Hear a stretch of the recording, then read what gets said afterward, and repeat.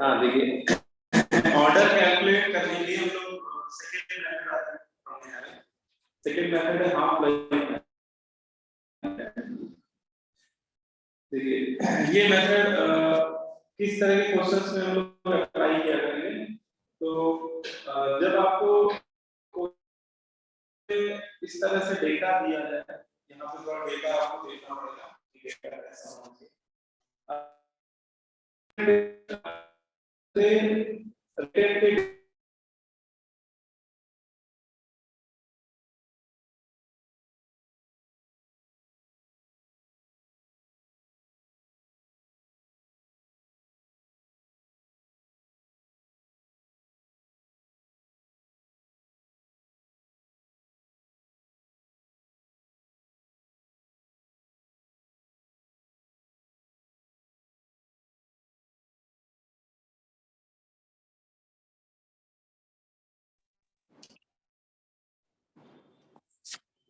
हाँ, आवाज आ रही है बच्चों?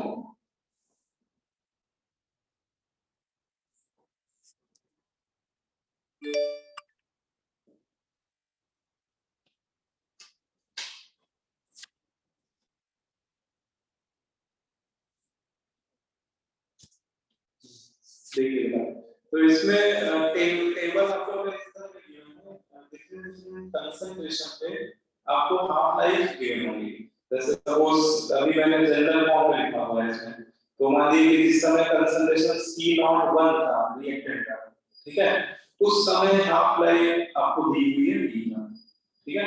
फिर C02 ये सेकंड एक्सपेरिमेंट है, तो उस समय हाफ लाइफ D2 है। फिर C03 ले लेते क्या होगी, है। ऐसे आपको डेटा दिया जाएगा और आपसे पूछा जाता होगा कैलकुलेट ऑर्डर ऑफ रिएक्शन, है, मे बी ऑर्डर पे फोकस कर रहा होगा और by using above experimental data है, तो इस डेटा को यूज करते हैं हम ऑर्डर निकालेंगे। तो इस तरह के क्वेश्चन में देखिए आपको सीधे जो हम लोगों ने nth ऑर्डर के लिए हाफ लाइफ का फॉर्मूला पढ़ा था, डायरेक्ट आपको वो लगाना है, ठीक है। Half life of nth order reaction, तो ये हो जाएगी T half equal to 2 की power n minus 1 divided by n minus 1 की C naught की पावर n minus 1, ठीक है। तो ये फॉर्मूला हम लोग हाफ लाइफ के लिए लगाएंगे, nth रिएक्शन की हाफ लाइफ के लिए। अब इस जो कांस्टेंट उनको आप हटा दीजिए, ठीक है। जैसे ये क्योंकि पावर n minus 1 की कांस्टेंट, इसको आप हटा सकते हैं ना, n minus 1 की कांस्टेंट। और अगर रिएक्टेंट के कंसंट्रेशन से रिलेशन देखा जाए तो ये देखिए क्या बनता है, ये आपका बनता है T half is inversely proportional to C naught whole power n minus, है। तो अगर हम लोग केवल कंसंट्रेशन का रिएक्टेंट के इनिशियल कंसंट्रेशन का हाफ लाइफ से रिलेशन लिखें तो वो ये रिलेशन आता हुआ दिख रहा है, ठीक है। तो ये लिखिए हमें, फिर इस रिलेशन को हम लोग इन्हीं दो एक्सपेरिमेंट के लिए अप्लाई करेंगे। तो डेटा दिया है उसमें किसी दो एक्सपेरिमेंट के लिए इसको अप्लाई करेंगे और दोनों का रेशियो लेंगे, ठीक है। तो इसको आप क्या करेंगे, apply this equation for two experiment, ठीक है। तो दो डिफरेंट एक्सपेरिमेंट के लिए इसको अप्लाई करेंगे तो हमारा प्रॉफिट डिवाइड कर देंगे, रेशियो लेंगे। तो हमारा फॉर्मूला बनेगा जितना T half 1 divided by T half 2 is equal to C naught 2 divided by C naught 1 और इसकी होल पावर n minus 1, ठीक है। देखो ये बोले, तो इस फॉर्मूले को हम लोग दो डिफरेंट एक्सपेरिमेंट के लिए अप्लाई करते हैं, दोनों का रेशियो लेंगे, ये हमारा फॉर्मूला है, ठीक है।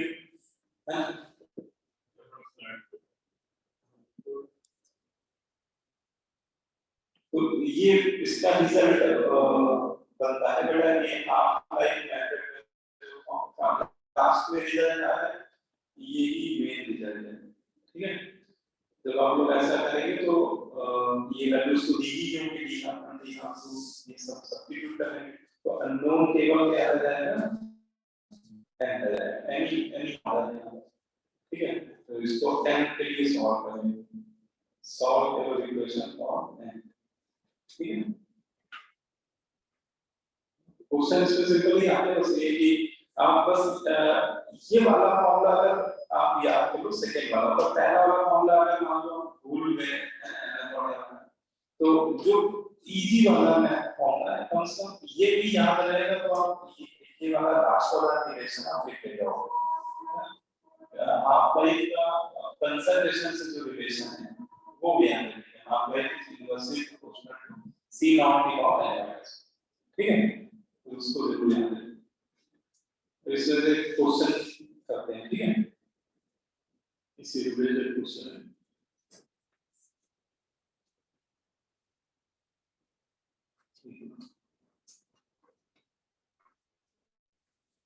क्वेश्चन क्या करेगा, रीड कर लेते हैं। The half life period and initial concentration of the reaction are as follows. आपको हाफ लाइफ पीरियड और इनिशियल कंसंट्रेशन में एक रिलेशन दे रखा है, पूछा जा रहा है what is the order of reaction. ठीक है, तो इनिशियल कंसंट्रेशन आपको जैसे सबसे पहले दी है 350 है, उस समय हाफ लाइफ कितनी है 425, फिर 520 पे दे दिया उसने, फिर 158 पे दे दिया, और मेनली आपसे पूछ क्या है, मॉडल पूछ रहा है। ठीक है, तो डायरेक्ट हम लोग ये मॉडल यहाँ पर लगा सकते हैं। ठीक है, निकालिए सॉल्व करिए, आप लोग को करना है। किसी भी दो यहाँ पे 3 एक्सपेरिमेंट आपको दिए, ये जैसे आपका दिया एक्सपेरिमेंट नंबर 1। ठीक है, और ये आपका डेटा है एक्सपेरिमेंट नंबर 2, और ये डेटा है एक्सपेरिमेंट नंबर। ठीक है, तो आपको 3 डिफरेंट एक्सपेरिमेंट के लिए डेटा गिवन है, और उसके लिए हम ये फॉर्मूला अप्लाई कर रहे हैं। सर हाँ गुड। सर जो ऊपर फॉर्मूला होता है सर, उसमें जैसे n इक्वल टू 1 पॉसिबल नहीं होता, तो सर अगर फर्स्ट ऑर्डर रिएक्शन हुई तो वो भी आंसर आ जाएगा। फर्स्ट ऑर्डर होगी तो आंसर आ जाएगा, इसमें आ जाएगा, इसमें कोई प्रॉब्लम नहीं है ना। इस रिजल्ट से अगर ऑर्डर 1 होगा तो कुछ ऐसा आपको देगा कि यहाँ पे जो रेशियो आएगा, ठीक है, ये 1 आने लगेगा। ठीक है, यहाँ वाला रेशियो कुछ भी हो सकता है, वो कुछ भी हो सकता है, मान लो x, ऐसी कुछ इक्वेशन आने लगेगी। तो हम लोग अगली लाइन में क्या लिखेंगे, जो ये 1 था है ना, उसको लिख देंगे x की पावर 0 है, और फिर कंपेयर कर लेंगे, पावर्स कंपेयर कर लेंगे तो n बराबर है। इस फॉर्मूले में मतलब रिस्ट्रिक्शन नहीं है, इस वाले फॉर्मूले में n 1 हो सकता है। ठीक है, यस सर।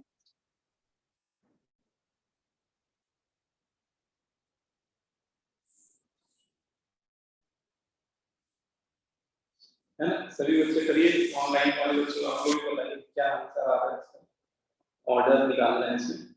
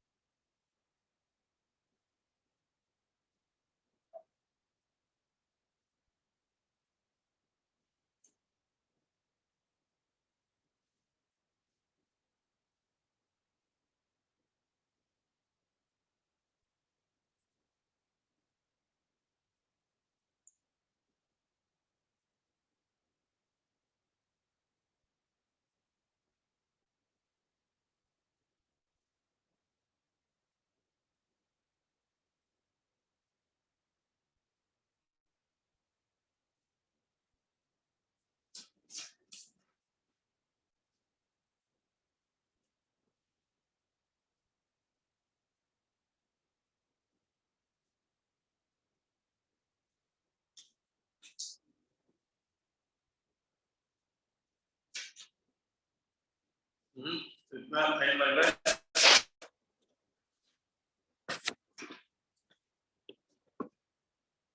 देखो आप मेरे ख्याल से पहले दो एक्सपेरिमेंट ही ले रहे हैं, तो देखिए t half 1 divided by t half 2 is equal to c naught 2 divided by c naught 1 whole power n, ठीक है। अब देखिए t half 1 तो ये हो गया 425, ठीक है, ये हो गया 425, t half 2 हो गया 275। अब देखो c half 2 c2 वही हो गया 540, है ना, सेकेंड एक्सपेरिमेंट का कंसंट्रेशन, और c नॉट 1 हो गया फर्स्ट एक्सपेरिमेंट का initial concentration, whole power n minus, ठीक है। अब इसमें थोड़ा सा अप्रॉक्स कर सकते हो, ये तो कैंसिल हुआ 0 0, ठीक है, 54/35 अप्रॉक्स कितना आ रहा है, थोड़ा सा निकालो, 54/1.5 लगभग, और देखो इधर कितना है 4.70/1.5, ये भी शायद इतना ही आ रहा है, नियरली 1.4 समथिंग कुछ आ रहा हो, तो भी 1.5 ले लो, कोई दिक्कत नहीं। तो देखो ये जितने भी मेथड है इनसे ऑर्डर होल नंबर में आएगा, मतलब ये जितने मेथड हम लोग पढ़ा रहे हैं ना, इनसे ऑर्डर या तो 0 आएगा या 1 आएगा या 2 आएगा, होल नंबर में, तो थोड़ा सा अप्रॉक्स चलेगा, है ना। तो बेस बराबर पावर इक्वल हो जाएगा, ठीक है, ठीक है। ये टेबल जो एक्सपेरिमेंटल डेटा देके जब भी पूछेगा ना, वो ऑर्डर होल नंबर में ही आएगा, है ना, फ्रैक्शनल वाले नहीं पूछ सकता, बच्चों को नहीं कर पाते हैं कि वो कैलकुलेशन, ठीक है। तो आप लोग एग्जैक्ट कैलकुलेशन करते आ रहे हो, क्योंकि ऑर्डर यही है कि ऑर्डर या तो 0 है या 1 है या 2 है, ठीक है।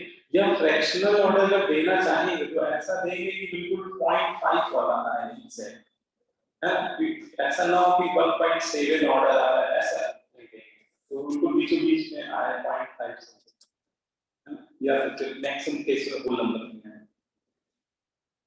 अच्छा, एक पॉइंट इसमें ये भी है कि जैसे हम लोगों ने कंसंट्रेशन और हाफ लाइफ में रिलेशन था, ठीक है, लेकिन कई बार क्या होगा कि गैसियस फेज में रिएक्शन हो रही है, और बेटा गैसियस फेज में आपको कंसंट्रेशन के पार्शियल प्रेशर दे दिया है रिएक्टेंट में, तो देखो यहाँ पे मैंने नोट एक दिया है, if partial pressure is of reactant is given, तो अगर आपको बेटा कभी रिएक्टेंट का पार्शियल प्रेशर दे दिया जाए, है ना, तो भी यही फॉर्मूला लगेगा, with respect to half life, so we can replace the concentration term with partial pressure। तो आप क्या करिएगा, कंसंट्रेशन टर्म को पार्शियल प्रेशर से रिप्लेस कर दीजिएगा by using PV equal to nRT, ideal gas pressure, ठीक है। PV equal to nRT आप जानते हैं, उसमें V को आप क्या करो, n के डिनोमिनेटर ले आओ, तो मोल अपॉन मोलिक कंसंट्रेशन हो जाएगा, तो आपका प्रेशर जो है गैस का वो कंसंट्रेशन के डायरेक्टली प्रोपोर्शनल आ जाएगा। तो जो ऊपर अभी हम लोगों ने फॉर्मूला लिखा है कंसंट्रेशन के टर्म में, आप अपना फॉर्मूला पार्शियल प्रेशर के टर्म में लिखिए, ठीक है। तो इस तरह से भी लिखने में कोई प्रॉब्लम नहीं है, ठीक है। उसको आपको मिलेंगे सीख में मिल जाएंगे, या क्वेश्चन जेई में पूछा भी गया इस तरह, तो अगर पार्शियल प्रेशर को का वो डेटा आपको दे दे हाफ लाइफ के साथ, तो आप देखिए और फॉर्मूला लगा दीजिए, ठीक है, सेम रिजल्ट आएगा उसमें, बस कंसंट्रेशन की जगह पार्शियल प्रेशर आ जाएगा।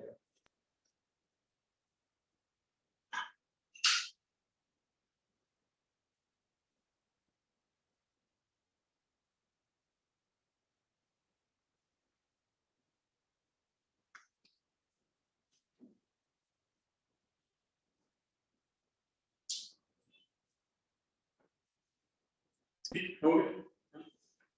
अब इसमें थर्ड मेथड की तरफ चलते हैं। जो ऑर्डर कैलकुलेट करने का जो थर्ड मेथड है ये भी पूछा जाता है, बट ये मेथड आपको ज्यादातर बोर्ड एग्जाम में मिलेगा। ये मेथड ज्यादातर फेमस है, बोर्ड एग्जाम में इससे क्वेश्चन पूछे जाते हैं। कॉम्पिटिटिव एग्जाम में थोड़ा कम पूछा जाता है, ठीक है, थोड़ा सब्जेक्टिव टाइप का है, लेकिन एक मेथड होता है तो पता तो होना चाहिए। इसको हम लोग नाम देते हैं इंटीग्रल रेट मेथड, या इसका एक और ये वाला नाम भी फेमस है, डिफरेंट ट्रायल मेथड बोलते हैं, ठीक है। ये मेथड तब लगाते हैं हम लोग जब कभी आपको डेटा टाइम के साथ, मतलब डिफरेंट डिफरेंट टाइम इंटरवल पे, किसी रिएक्शन में डिफरेंट डिफरेंट टाइम इंटरवल पे आपको रिएक्टेंट का कंसंट्रेशन दे दिया जाए, ठीक है। कि जब समय 0 था उस समय रिएक्टेंट का कंसंट्रेशन कितना था, तो जैसे इसमें बोल दिया C0 था।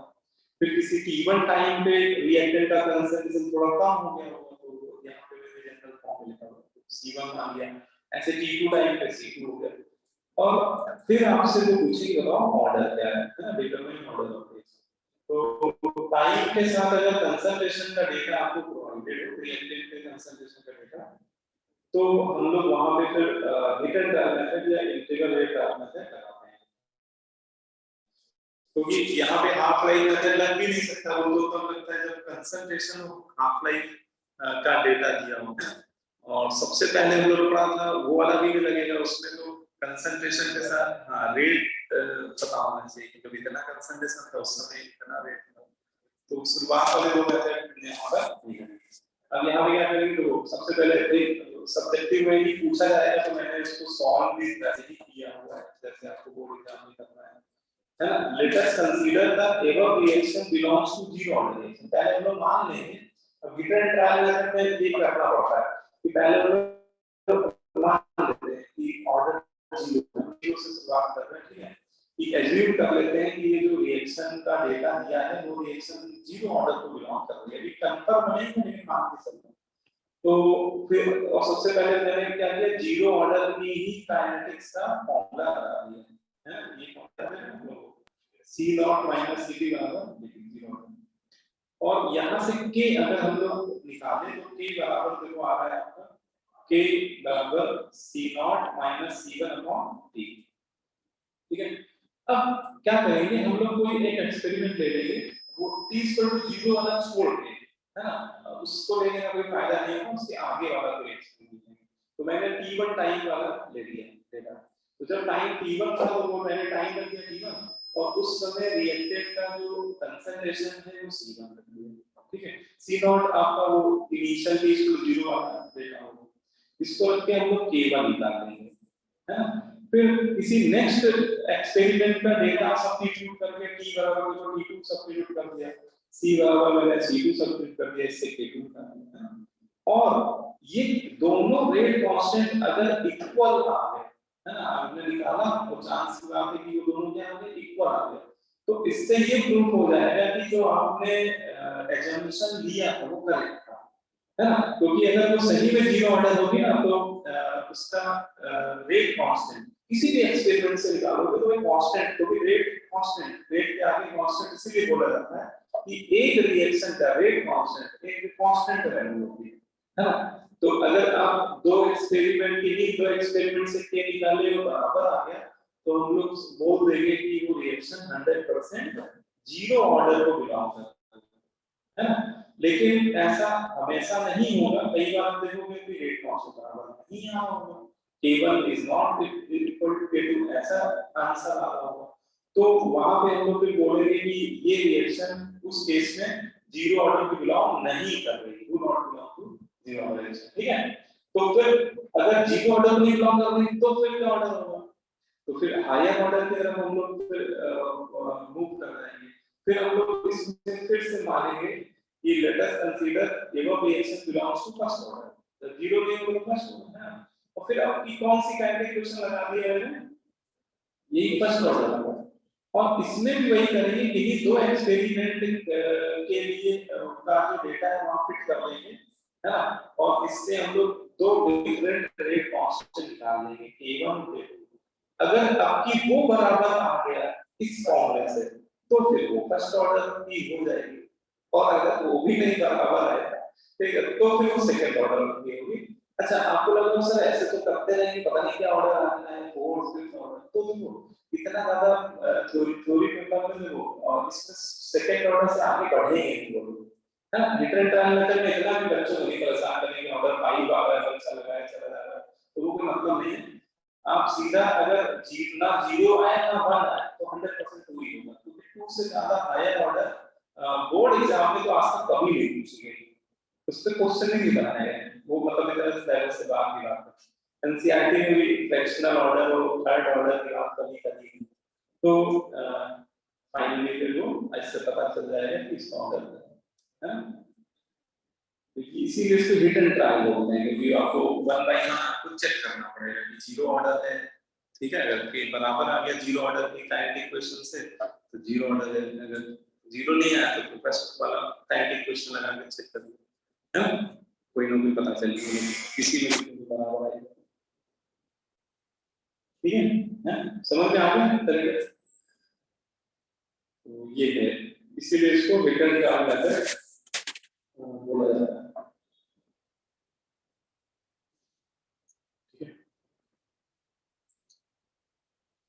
अब इसमें सब ऊपर कर दीजिए।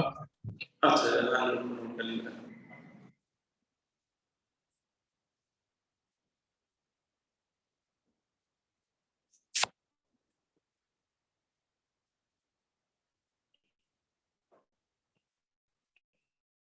ठीक है। तो अगर A1 वाला देखो अगर फर्स्ट ऑर्डर के फॉर्मूले से तो हम लोग बोलते हैं कि reaction belongs to first order ठीक है, लेकिन अगर मान लीजिए नहीं आया तो फिर वो फर्स्ट ऑर्डर भी नहीं था फिर सेकंड ऑर्डर।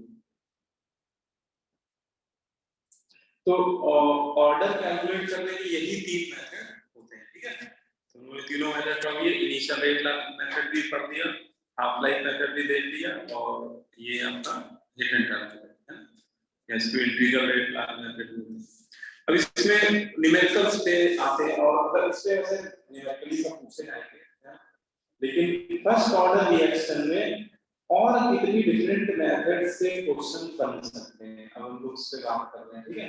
स्पेशली क्योंकि सबसे ज्यादा जो मेन सिलेबस है वो चाहे जेईई मेन हो या एडवांस का सबसे ज्यादा क्वेश्चन जो पूछे गए हैं वो फर्स्ट ऑर्डर में पूछे गए ठीक है। तो सबसे मेन जो सिलेबस का पार्ट है वो फर्स्ट ऑर्डर रिएक्शन सबसे डिटेल में बोल सकते हैं ठीक है।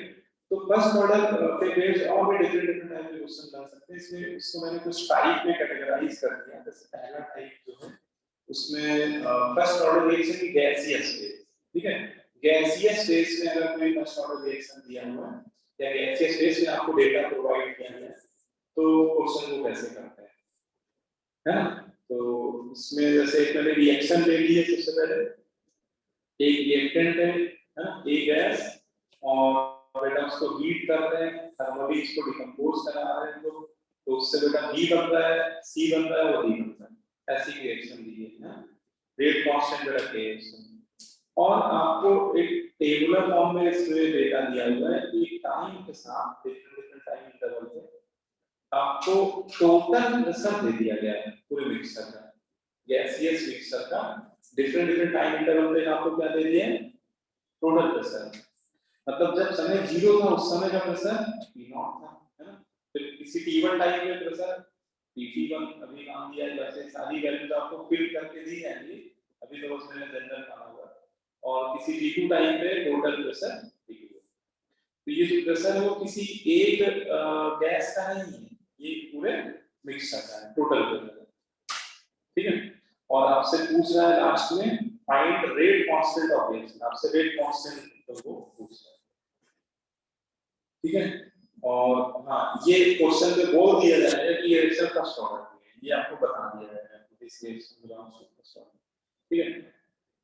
तो हम लोग क्या करेंगे, तो अगर आपको उसने बता ही दिया है कि रिएक्शन फर्स्ट ऑर्डर में बिलोंग करती है तो हम लोग सॉल्व करते समय सबसे पहले क्या करेंगे फर्स्ट ऑर्डर की काइनेटिक इक्वेशन लिखेंगे है, फर्स्ट ऑर्डर की काइनेटिक इक्वेशन जो आपको याद ही होगी k बराबर 2.03 upon time t log c not upon c ठीक है।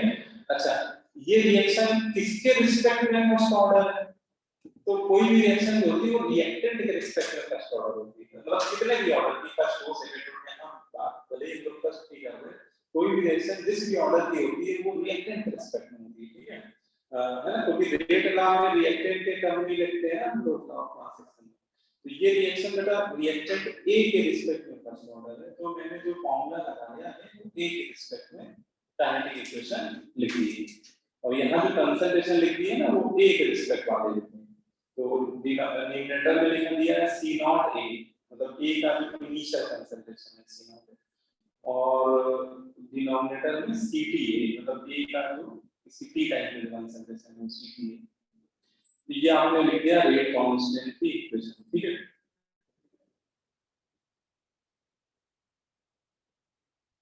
फिर अब इसमें समस्या आपको ये जैसे आप लिखेंगे तो आपको ये लगेगा कि सर हमसे पूछा जा रहा है रेट कांस्टेंट, ठीक है, वो इसी फॉर्मूले से निकलेगा।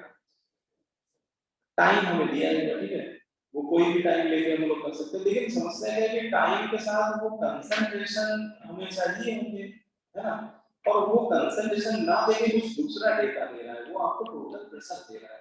अगर वो टाइम के साथ कंसंट्रेशन का डेटा देता है तो कोई समस्या ही नहीं, डायरेक्टली हो रहा है। तो अब हमें क्या करना है, जो गिवन डेटा है उस डेटा के फॉर्म में अपनी इक्वेशन को बना के लाना पड़ेगा, कन्वर्ट करना पड़ेगा, मॉडिफाई करना पड़ेगा, अपने इस इक्वेशन को टोटल प्रेशर के टर्म में लिखना होगा, ठीक है। तो हम लोग क्या करेंगे ऐसे केस में, तो वो ये लिखा हुआ since the above reaction occur in gaseous phase, है ना, हम लोग बोलेंगे कि ऊपर जो रिएक्शन हो रही है वो किस फेज में हो रही है, गैसियस फेज में हो रही है, तो गैसों के लिए हम लोग क्या लगा सकते हैं, आइडियल गैस इक्वेशन। तो हम लोग यहाँ पर आइडियल लेंगे, ठीक है, हम लोग क्या करेंगे आइडियल गैस इक्वेशन लगा देंगे इसके लिए रिएक्टेंट ए के लिए, क्योंकि रिएक्टेंट ए के रिस्पेक्ट में वो फर्स्ट ऑर्डर है। तो अगर हम लोग लगा दें फॉर्मूला, तो पीवी इक्वल टू क्या फॉर्मूला आएगा, एनआरटी, ठीक है, रिएक्टेंट ए के लिए पीवी इक्वल टू एनआरटी। और यहाँ पे हम लोग ये भी बोल सकते हैं कि जो वॉल्यूम को अगर मैं मोल के डिनोमिनेटर में ले जाऊं तो ये आपका बन जाएगा कंसंट्रेशन, है ना, इसका मतलब ये गैस का जो ए का जो प्रेशर है वो ए की कंसंट्रेशन के क्या हो जाएगा, डायरेक्टली प्रोपोर्शनल, ठीक है, मतलब जो ए हमारा रिएक्टेंट है उसका पार्शियल प्रेशर उसके कंसंट्रेशन के डायरेक्टली प्रोपोर्शनल हो जाएगा, ठीक है। अब देखिए जब रिएक्शन जस्ट स्टार्ट हुई थी, है ना, t = 0 पे, उस समय A का जो पार्शियल प्रेशर रखा होगा A का, वो मैंने मान लिया P नॉट, ठीक है, उस समय A का कंसंट्रेशन Ca नॉट, ठीक है, इसको मान लिया इक्वेशन होगा। फिर किसी t टाइम पे A का कंसंट्रेशन मैंने मान लिया P रह गया, ठीक है, A का कंसंट्रेशन, चलो अभी मैं लिख देता हूँ P T नाउ, ठीक है, और उस समय A का कंसंट्रेशन क्या है, Pt, ठीक है, इक्वेशन नंबर 2। तो अगर इन दोनों को डिवाइड कर दे तो हमें क्या मिल रहा है, तो Ca नॉट मतलब A का initial concentration with respect to A का किसी भी टाइम पे कंसंट्रेशन, वो उसके पार्शियल प्रेशर के रेशियो पे क्या हो जाएगा, बराबर हो जाएगा, ठीक है। A का कंसंट्रेशन इनिशियली और इसी टी टाइम पे अगर हम लोग निकाल के उसका रेशियो ले लें तो रेशियो आ जाएगा इतना, Ca नॉट अपॉन Cat बराबर A नॉट अपॉन Cat, ठीक है। तो इससे एक चीज ये समझ में आएगी, यहाँ पे जो हम लोग इक्वेशन लिख रहे हैं यहाँ पे कंसंट्रेशन के रेशियो को हम लोग बहुत आसानी से रिप्लेस कर सकते हैं, इससे हमें पार्शियल कर सकते हैं, ठीक है। तो ये यहाँ मैं रिप्लेस कर देता हूँ, यहाँ मैं लिख देता हूँ Ca नॉट के लिए लिख देता हूँ ये नॉट और Cat के लिए बताओ बेटा इसकी बात समझ में आ रही, ठीक।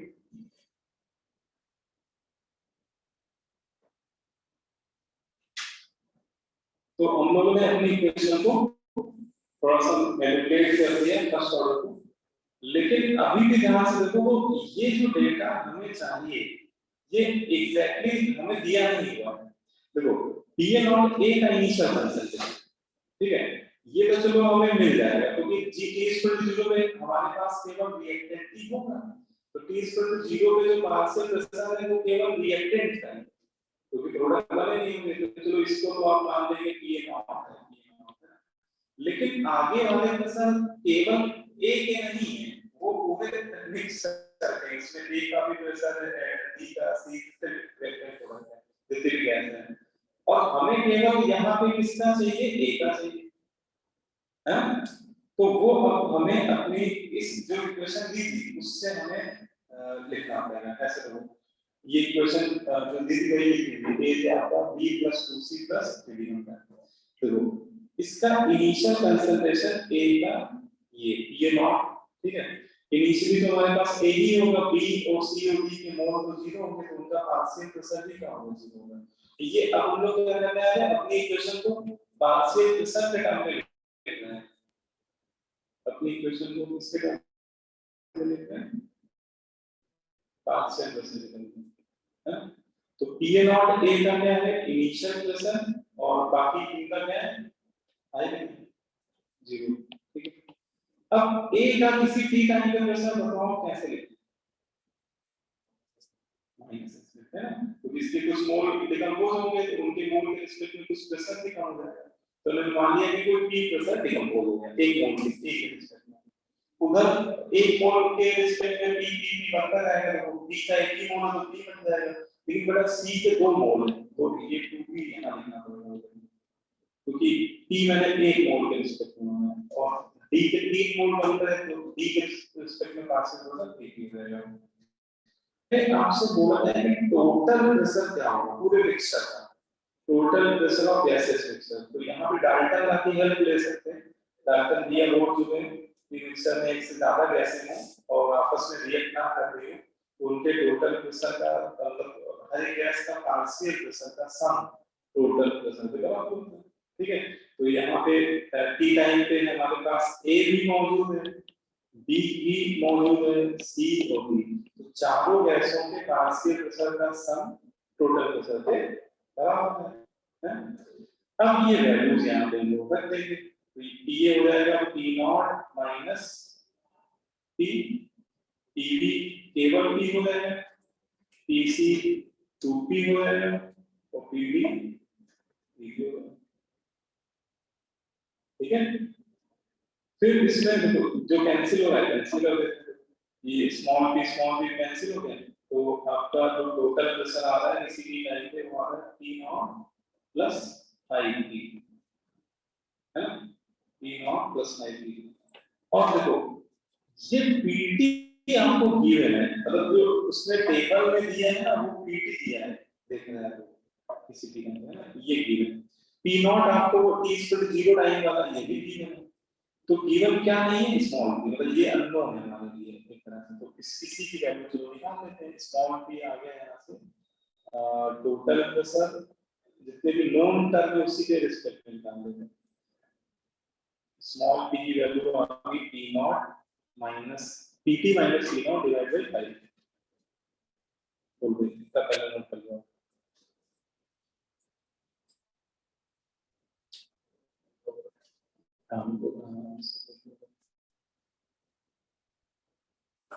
ठीक है। तो पहले तो हम लोग अपनी इक्वेशन को थोड़ा सा कंसंट्रेशन के टर्म को पार्शियल प्रेशर से रिप्लेस किया, लेकिन वो पार्शियल प्रेशर में टोटल प्रेशर दिया हुआ है, तो अब हम लोग पार्शियल प्रेशर को टोटल प्रेशर के टर्म में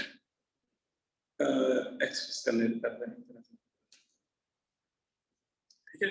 तो स्मॉल p का वैल्यू हमें आगे मिल गया pt of p naught, small p equal to pt minus p naught divide by 5। तो अब हम लोग क्या करेंगे, देखो PA नॉट तो हमारा यही है, P नॉट ये तो दिया हुआ है क्वेश्चन, तो PT मतलब A का कंसंट्रेशन, A का पार्शियल प्रेशर किसी T टाइम पे वो कितना है PA नॉट माइनस P, और उसमें P नॉट पता है लेकिन स्मॉल p नहीं पता था, तो ये वैल्यू हम लोग निकाल के यहाँ उठा के रखते हैं, है ना। अब क्वेश्चन सॉल्व तो दिख रहा है, तो देखो मैंने टी ए नॉट की जगह टी नॉट ही लिख दिया, ठीक है, और डिनोमिनेटर में क्या हो गया T not minus small P, और ये जो स्मॉल पी की वैल्यू है ये हम लोग यहाँ पे सब्स्टिट्यूट करते हैं, ठीक है। देखो बाकी तो सब पता ही है, तो हमारी इक्वेशन अब सब नोन टर्म के फॉर्म में आ जाए, जो नोन टर्म है ना उनके रिस्पेक्ट में मिल जाएंगे, P naught divided by P naught minus small P है P T minus P naught divided by 5 bracket लगा देते हैं, तो अगर ब्रैकेट ओपन करेंगे तो बताओ क्या बनेगा, 2 होती है अपॉन 5 लॉग, ठीक है, 5 आ जाएगा एलसीएम लेके,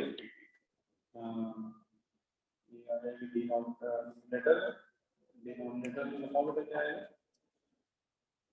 4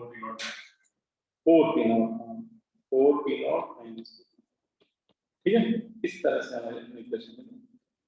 तो ये मतलब पूरा मेथड जो है वो हमारे काम का है, कोई हम लोग को ये फॉर्मूला नहीं याद करना है, ठीक है, क्योंकि रिएक्शन ये फॉर्मूला तो रिएक्शन बदलते ही चेंज हो जाएगा, ठीक है, लेकिन वो जो पूरा प्रोसीजर करके ला रहे हैं वो बस समझ में आना चाहिए।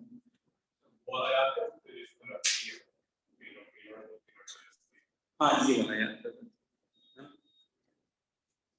वो भी सब जब रिएक्टेंट के कोफिशिएंट बन क्योंकि मान लो यहाँ पे 1 है तब तो ठीक है, अगर मान लो 2 होता तो फिर यहाँ पर 2 भी होगा, ठीक है, तो अगर 1 है तो p not upon p not minus t, और स्मॉल p वो टोटल के सके हमने निकाल देते हैं, ये करेंगे डालता है,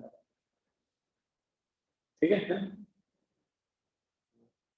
बाकी इसको मैं बाद में देखो जनरलाइज भी कर दिया है, देखो जनरलाइज जैसे आपको फॉर्मूला याद ही करना है मान लो, तो ऐसे कर सकते हो कि मैंने माना कि एक रिएक्टेंट है, ठीक है, ए, इसका स्टोइकियोमेट्रिक 1 लेना है, मान लो कि आपको यहाँ पे कुछ लिख के दे देते हो, तो आप उस 2 को इधर लेना है, डिवाइड मार देना प्रोडक्ट साइड, ठीक है, जानबूझ के रिएक्टेंट का क्वेश्चन क्या बना लेना, स्टोइकियोमेट्रिक 1 बना देना, और 1 स्टोइकियोमेट्रिक कोएफिशिएंट के रिस्पेक्ट में अगर कुछ n1 मोल बन रहे B के, n2 बन रहे C के, m3 बन रहे D या फिर ऐसे कुछ nn बन रहे, तो इनके कोएफिशिएंट का सम अगर कर दिया मैंने तो उसको मैंने n मान लिया, ठीक है, और अगर यही चीज आप इस क्वेश्चन ये डेरिवेशन में देखो कि ये जो रिएक्शन मैंने मानी थी इसमें 1 मोल 1 मोल स्टोइकियोमेट्रिक कोएफिशिएंट के रिस्पेक्ट में प्रोडक्ट की मोल कितने हैं 1 + 2 + 3, टोटल करने कितना है उसका 6, तो जब ये 6 आया तो ये m की वैल्यू 6 है ना, तो यहाँ पे जब फाइनल एक्सप्रेशन आया तो यहाँ पे 5 p नॉट आया, मतलब 6 - 1 p नॉट है, तो इसी को हम लोग जनरल लिख रहे हैं m - 1 p नॉट। अच्छा लेकिन डिनोमिनेटर में क्या आया 4 p नॉट। अच्छा एक चीज ध्यान दो, ये 4 नहीं 6 आना चाहिए, ये ब्रैकेट जब ओपन होगा तो माइनस माइनस प्लस हो जाएगा, तो 5 p नॉट और ये p नॉट ऐड होके क्या हो गया, हां नीचे को भी m ही आता है 6 p नॉट। तो देखो ये जनरल आपको मैंने लिख के दे दिया कि लॉग के अंदर ये ऐसा आता है, इस तरह के क्वेश्चन होंगे m - 1 p नॉट है ना, divided by m p not minus pt, ठीक है, लेकिन ये फॉर्मूला तभी लगाना जब टोटल प्रेशर के रिस्पेक्ट में आपको डेटा दिया जाए, ठीक है, क्लियर।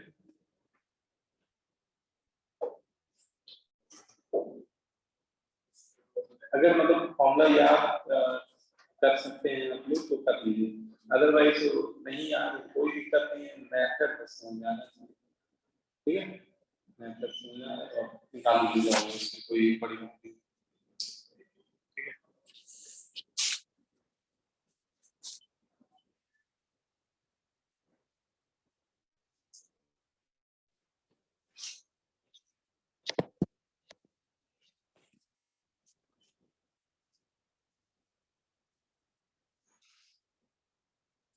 जैसे ये रिएक्शन है, अब इस एग्जांपल में चलो लोग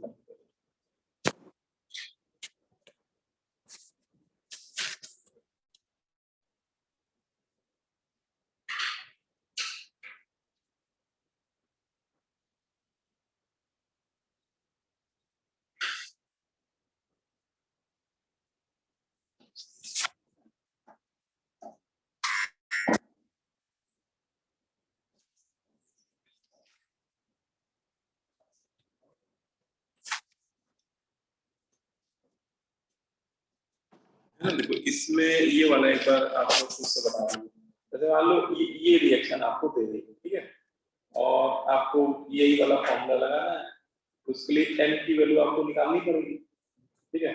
तो m बताइए क्या होगा इसमें? सर 4 है ना, m हो जाएगा 4 हो जाएगा, ठीक, बहुत बढ़िया है ना। प्रोडक्ट के मोल ऐड कर दिए, प्रोडक्ट के स्टाइकियोमेट्रिक से और डिवाइड बाय 2 कर दिया सीधा। तो m की वैल्यू इस क्वेश्चन में आएगी 1 + 3 + 4 डिवाइडेड बाय 2, तो ये 8/2 आ रही है। तो अगर मान लो यही रिएक्शन इसी को क्वेश्चन फ्रेम कर दिया और आपसे पूछ रहे हैं रेट कांस्टेंट, तो हम लोग डायरेक्ट लगा सकते हैं फॉर्मूला, m माइनस मतलब हो जाएगा 3p0 divided by 4p0 minus p, ठीक है, लिख सकते हैं। वही कि फॉर्मूला कई बार याद करने का फायदा मिल जाता है, तो पूरा ऑब्जेक्टिव में पूरा डेरिवेशन करने से बच जाओगे, है ना। इसमें एक क्वेश्चन देखो, ये मैंने दिया है एनसीईआरटी का ही क्वेश्चन है, दैट एक्सरसाइज का है, क्वेश्चन नंबर लिखा हूं 4.20 केमिकल काइनेटिक्स 4th चैप्टर है। इसमें क्वेश्चन क्या है, for the decomposition of azoisopropane to hexane and nitrogen at 543 kelvin following data are obtain. एक एज़ोआइसोप्रोपेन कंपाउंड है, वो थर्मली डिकम्पोज कर रहे हैं, हीट कर रहे हैं 543 केल्विन पे, तो डिकम्पोज होकर हेक्सेन और नाइट्रोजन बना रहा है, और उसके लिए उसने डेटा दिया है, तो जब टाइम 0 था उस समय आपको प्रेशर दिया है 35 मिलीमीटर मरकरी। वो एक्चुअली टोटल जब कुछ ना बोले तो समझ जाएगा वो प्रेशर क्या है, टोटल है। वैसे इसको टी छोटा सा टी लिख देना चाहिए यहाँ पे, लेकिन नहीं लिखा है एनसीईआरटी वाले हैं, तो जानते हैं वो टोटल प्रेशर है, ठीक है। फिर किसी भी टाइम पे 54 है, 720 सेकंड में इतना है, रेट कांस्टेंट आपसे पूछ रहा है, ठीक है। तो इसमें हाँ थोड़ा उसने जो रिएक्शन में नाम ले लिए हैं अजीबोगरीब, वो बच्चों को थोड़ा परेशान कर सकते हैं, लेकिन आप लोग को नहीं करेंगे। तो वो इसको ऐसे दो, एजो आइसोप्रोपेन, एजो आप लोग जानते होंगे N डबल बॉन्ड N को बोलते हैं, है ना, N double bond N azo, और इसमें एक वैलेंसी दोनों नाइट्रोजन के फ्री है, ये एजो ग्रुप होता है, ये पूरा मिला के बोलते हैं एजो। अब आई इसके साथ आइसोप्रोपेन और जोड़ दो, आइसोप्रोपेन आप लिखना जानते हो, है ना, एक कार्बन पे 2 मिथाइल लगा दो, ये एल्किल होता है आइसोप्रोपेन, ठीक है। तो ये आपका कोई रिएक्टेंट है, ठीक है, ऑर्गेनिक रिएक्टेंट लिया हुआ है और इसको थर्मली डिकम्पोज कर दिया, इससे एक कंपाउंड हेक्सेन देखो बनता है, 6 कार्बन का एल्केन, तो ठीक है बन भी जाना चाहिए, 3 कार्बन यहाँ है, 3 यहाँ है, 3 मिला के कितने हो गए 6, तो यहाँ पे उसने बना दिया है हेक्सेन, तो ये वैसे मैंने बना दिया हेक्सेन, और प्लस ये निकल गया होगा, इतना पार्ट इसमें तब्दील हो गया N2 में, है ना, तो नाइट्रोजन गैस निकल गई। तो ये इसने रिएक्शन आपको बोली थी। अब देखो नाम उसने भले ही डरावने लिए, एजो आइसोप्रोपेन, है ना, से हीट करने पे हेक्सेन N2 बनता है। अगर इसको मैं ए बी सी के टर्म में लिखना चाहूँ, है ना, तो ये हमारा क्या हो जाएगा ए, ठीक है, और ये हमारा हेक्सेन हो जाएगा बी, और N2 हो जाएगा सी, ठीक है। इसके लिए अगर m की वैल्यू निकालें तो 1 + 1 डिवाइड बाई 1, ठीक है, m की वैल्यू 2 आ रही है। इसके लिए अगर हम लोग लगाते वही टोटल प्रेशर वाला जो एक्सप्रेशन अभी निकाला है, तो 2.303 अपॉन टाइम की लॉग न्यूमरेटर में था m-1 p0, है ना, तो 2 - 1 p0 तो सीधे ही p0 ही बचेगा, डिनोमिनेटर में आएगा 2p0 माइनस p0। बस ये फॉर्मूला लगा के अब क्वेश्चन आप बहुत आसानी से कर सकते हो। देखो p0 आपका बताओ, p0 इस इक्वेशन में क्या रखना चाहिए, 35, बहुत बढ़िया है, p0 यहाँ भी है यार, और pt क्या है हाँ वो आपकी मर्जी, जैसे आपने चलो सेकंड एक्सपेरिमेंट वाला पकड़ लिया तो टाइम रखा आपने 360 सेकंड, तो इस समय वाला पीटी उठा कर रख दीजिएगा, ये वाला 54 मिलीमीटर, ठीक है। यूनिट चेंज करने की जरूरत नहीं है, ऊपर भी मिलीमीटर में चल रहा है प्रेशर, नीचे भी मिलीमीटर में चल रहा है, कोई दिक्कत नहीं, सीधे किया है इससे हम निकाल मिलेगा। ये क्वेश्चन आपका एनसीईआरटी का ही, ठीक है। लेकिन भाई ये फॉर्मूला अगर थोड़ा सा याद था तो हम लोग वो डेरिवेशन से बच गए, नहीं तो वो थोड़ा तो करना ही पड़ता वो है। अब ये कि हाँ वही, अगर ये बोर्ड एग्जाम में आ जाए क्वेश्चन तो वो नौटंकी करनी पड़ती है, 3 नंबर का आता है क्वेश्चन, है ना, कि भले ही आपको पता है कि लास्ट में यही आ रहा है लेकिन वो सब कर देना, P not 0 0 P naught minus P P P ऐसे जोड़ जोड़ के लिख देना, ठीक है। और हाँ ये ऑब्जेक्टिव है, आपको हेल्प मिल जाएगी इसकी कि आपको अननेसेसरी फालतू का ड्रामा नहीं करना पड़ेगा। पी नॉट मतलब टी इक्वल 0 पे जो प्रेशर है वो पी नॉट 35, यहाँ पे पी नॉट पे 35 मिलीमीटर मर्करी, और पीटी डिपेंड करेगा कौन सा ले रहे हो, जैसे आप टाइम ले लो 360 सेकंड तो उस समय वाला पीटी रख देना, या फिर आप 720 वाला ले लो तो 650 रख देना, ठीक है। तो आप समझ गए।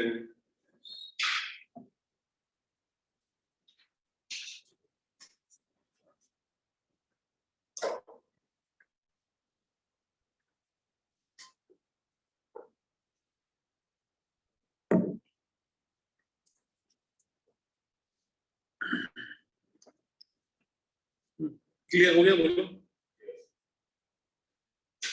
तो ये हुआ। अब इसमें आते हैं नेक्स्ट टॉपिक में, monitor the progress of first order reaction, ठीक है।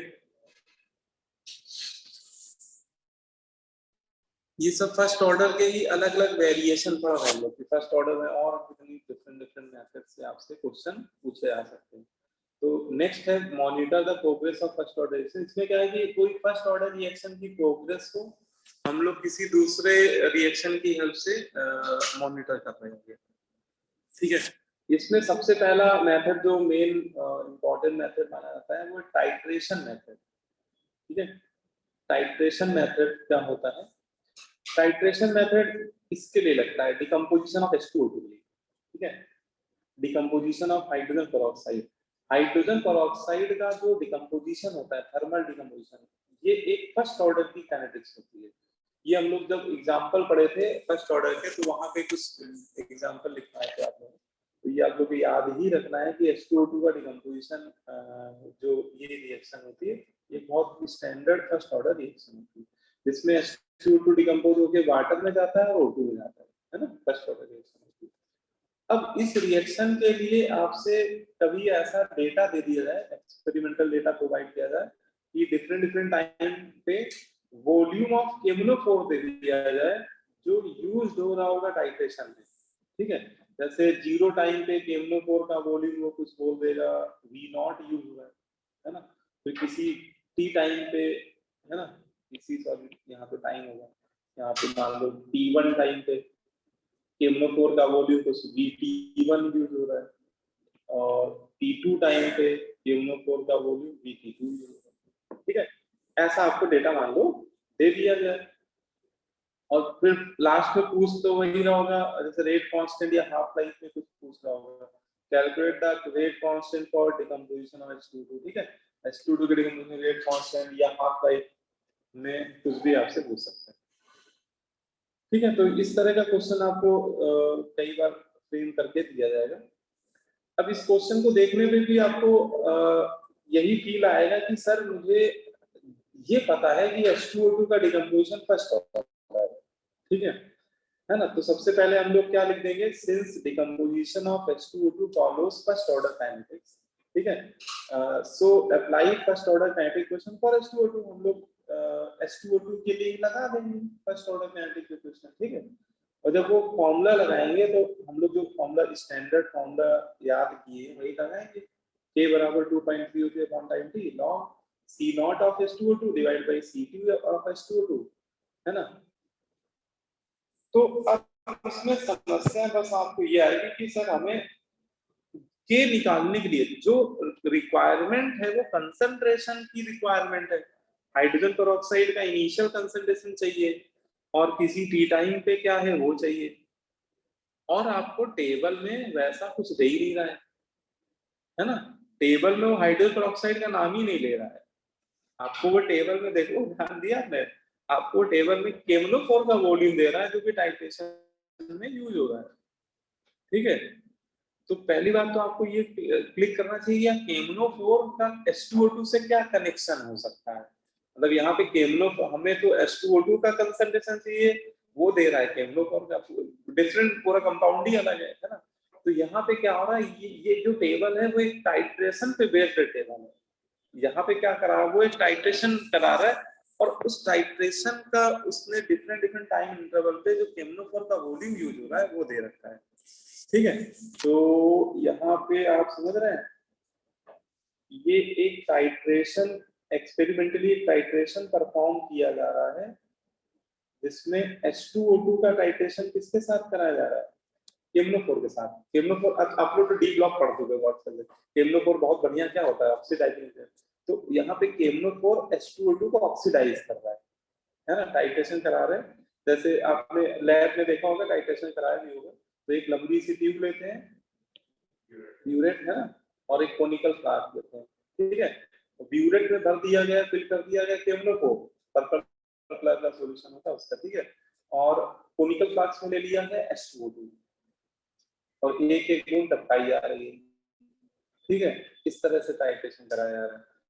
तो यहाँ पे क्या हो रहा है, हियर रिडॉक्स टाइट्रेशन अकर, यहाँ पे एक रिडॉक्स टाइट्रेशन हो रहा है किसके किसके बीच में, बिटवीन H2O2 एंड केमनोफोर, H2O2 और केमनोफोर के बीच में, इन विच केमनोफोर ऑक्सीडाइजेज H2, जिसमें केमनोफोर ऑक्सीडाइजिंग एजेंट है ना, वो H2O2 को क्या कर रहा है, ऑक्सीडाइज कर रहा है। तो ये टाइट्रेशन हो रहा है केमनोफोर H2O2 के बीच में। ठीक है, अब देखो इस डायग्राम से ही थोड़ा समझने की, थोड़ा टाइट्रेशन थोड़ा प्रैक्टिकल से रिलेटेड है, तो वो डायग्राम भी आप देखोगे तो आपको थोड़ा प्रैक्टिकली रिलेट कर पाओगे आप चीजों को।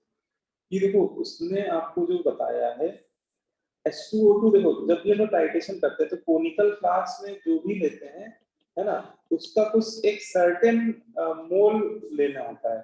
जैसे आप लैब में कराए होंगे ऑक्सैलिक एसिड और केमनोफोर का, तो ऑक्सैलिक एसिड जो आपने 20 ml पिपेट से सक करके फिर उसमें डाला होगा कोनिकल फ्लास्क में। ठीक है, तो उसकी क्वांटिटी क्या होती है, फिक्स होती है, या आप 20 ml आपको बोला जाता है, जैसा एग्जामिनर बोलता है, कई बार बोलता है 15 ml ले लो, 15 ml ले लेंगे, 25 ml 25 ml।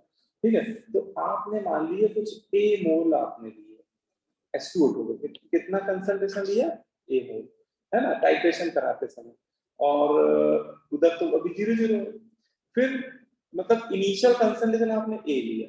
ठीक है, H2O2 का इनिशियल कंसंट्रेशन कितना लेके आप करा रहे हो, A, फिर आपने टाइट्रेशन करना शुरू कर दिया है ना, बूंदे टपकानी शुरू कर दी H2O केमनोफोर की, और किसी टी टाइम पे आपने जब फिर से डेटा लिया, ठीक है, तो उस समय आप बताओ H2O2 का कंसंट्रेशन क्या A रहा होगा, नहीं, वो तो काफी कुछ टाइट्रेट कर दिया केमनोफोर, उसको ऑक्सीडाइज कर दिया होगा, तो उसका कंसंट्रेशन कुछ बचा होगा A माइनस है, X मान लो उड़ गया, आप ऑक्सीडाइज हो गया है ना, वो नहीं गया, ऑक्सीडाइज हुआ, और तो बचा कितना, A माइनस X। ठीक है, तो देखो अब यहीं पे आप डायग्राम से घुमा लीजिए कि H2O2 का जो कंसंट्रेशन है इनिशियली T0 पे वो A है, और इसको टाइट्रेट करने के लिए जो वॉल्यूम रिक्वायर्ड है केमनोफोर का, वो आपको टेबल में दिया हुआ है। टेबल में जो दे रहा है ना, वो वॉल्यूम दे रहा है केमनोफोर का, जो H2O2 को टाइट्रेट करने के रिक्वायर्ड है।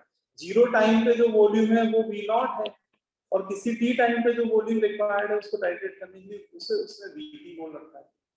ठीक है, क्योंकि काफी कुछ तो ऐड कर चुके होंगे। ठीक है, तो यहाँ पे हम लोग कैसे रिलेट करेंगे, देखो केमनोफोर H2O2 को टाइट्रेट कर रहा है, और एक बेसिक इक्वेशन आपको पता होगी, टाइट्रेशन में हम लोग इक्विवेलेंट बराबर करते हैं, है ना, जो भी ऑक्सीडाइजिंग एजेंट जिसको भी ऑक्सीडाइज करता है उनके एंड पॉइंट पे क्या बराबर हो जाते हैं, इक्विवेलेंट। नॉर्मलिटी इक्वेशन लिखी ना वहां पे, तो हमने लिख दिया इक्विवेलेंट ऑफ केमनोफोर बराबर इक्विवेलेंट ऑफ H2O2, और केमनोफोर की नॉर्मलिटी N1 मान ली तो N1V1, उधर H2O2 के N2V2, ठीक है। अब देखो दोनों तरफ एक एक चीज फिक्स होती है। क्या देखो जो आप कोनिकल फ्लास्क लेते हो इसका क्या फिक्स होगा, इसकी नॉर्मलिटी फिक्स होगी, इसका वॉल्यूम फिक्स होगा, है ना। तो इसका वॉल्यूम आप लेके चल लो 20 ml 15, इसका इधर H2O2 का वॉल्यूम फिक्स है जितना आपको चाहिए, वो आपको पहले ही बोल दिया था टाइट्रेशन कराते समय, है ना। और इधर जो आप लेते हैं कौन इसमें ब्यूरेट में, ये एक नॉन सॉल्यूशन होता है। नॉन सॉल्यूशन में इसकी मोलरिटी आपको टाइट्रेशन करते समय बता दी जाती है कि ये M/5 है, ये M/10 है। तो केमनोफोर की नॉर्मलिटी आपको पता है, तो वेरिएबल है केमनोफोर का वॉल्यूम और इधर H2O2 का नॉर्मलिटी मतलब कंसंट्रेशन।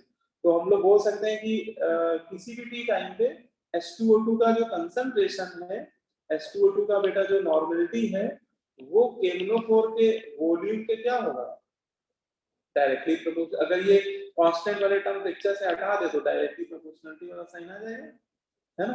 मतलब H2O2 का कंसंट्रेशन केमनोफोर के वॉल्यूम के क्या है, डायरेक्टली प्रोपोर्शनल है। वो वॉल्यूम जो उसके टाइट्रेशन के लिए मिनिमम रिक्वायर्ड है, ठीक है।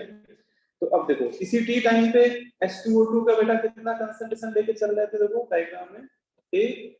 अब इसको टाइट्रेट करने के लिए कितना वॉल्यूम रिक्वायर्ड है, V नॉट। तो हम लोग लिख सकते हैं ना A proportional to V naught, T equal 0 पे। और किसी टी टाइम पे H2O2 का जो कंसंट्रेशन है A माइनस x, ठीक है। इसको टाइट्रेट करने के लिए कितना वॉल्यूम रिक्वायर्ड है, VT। तो ये प्रोपोर्शनलिटी में हम लोग लिख सकते हैं इस लॉजिक के अकॉर्डिंग। वही मैंने देखो लिख दिया कि T इक्वल 0 पे A प्रोपोर्शनल होगा V नॉट के, है ना।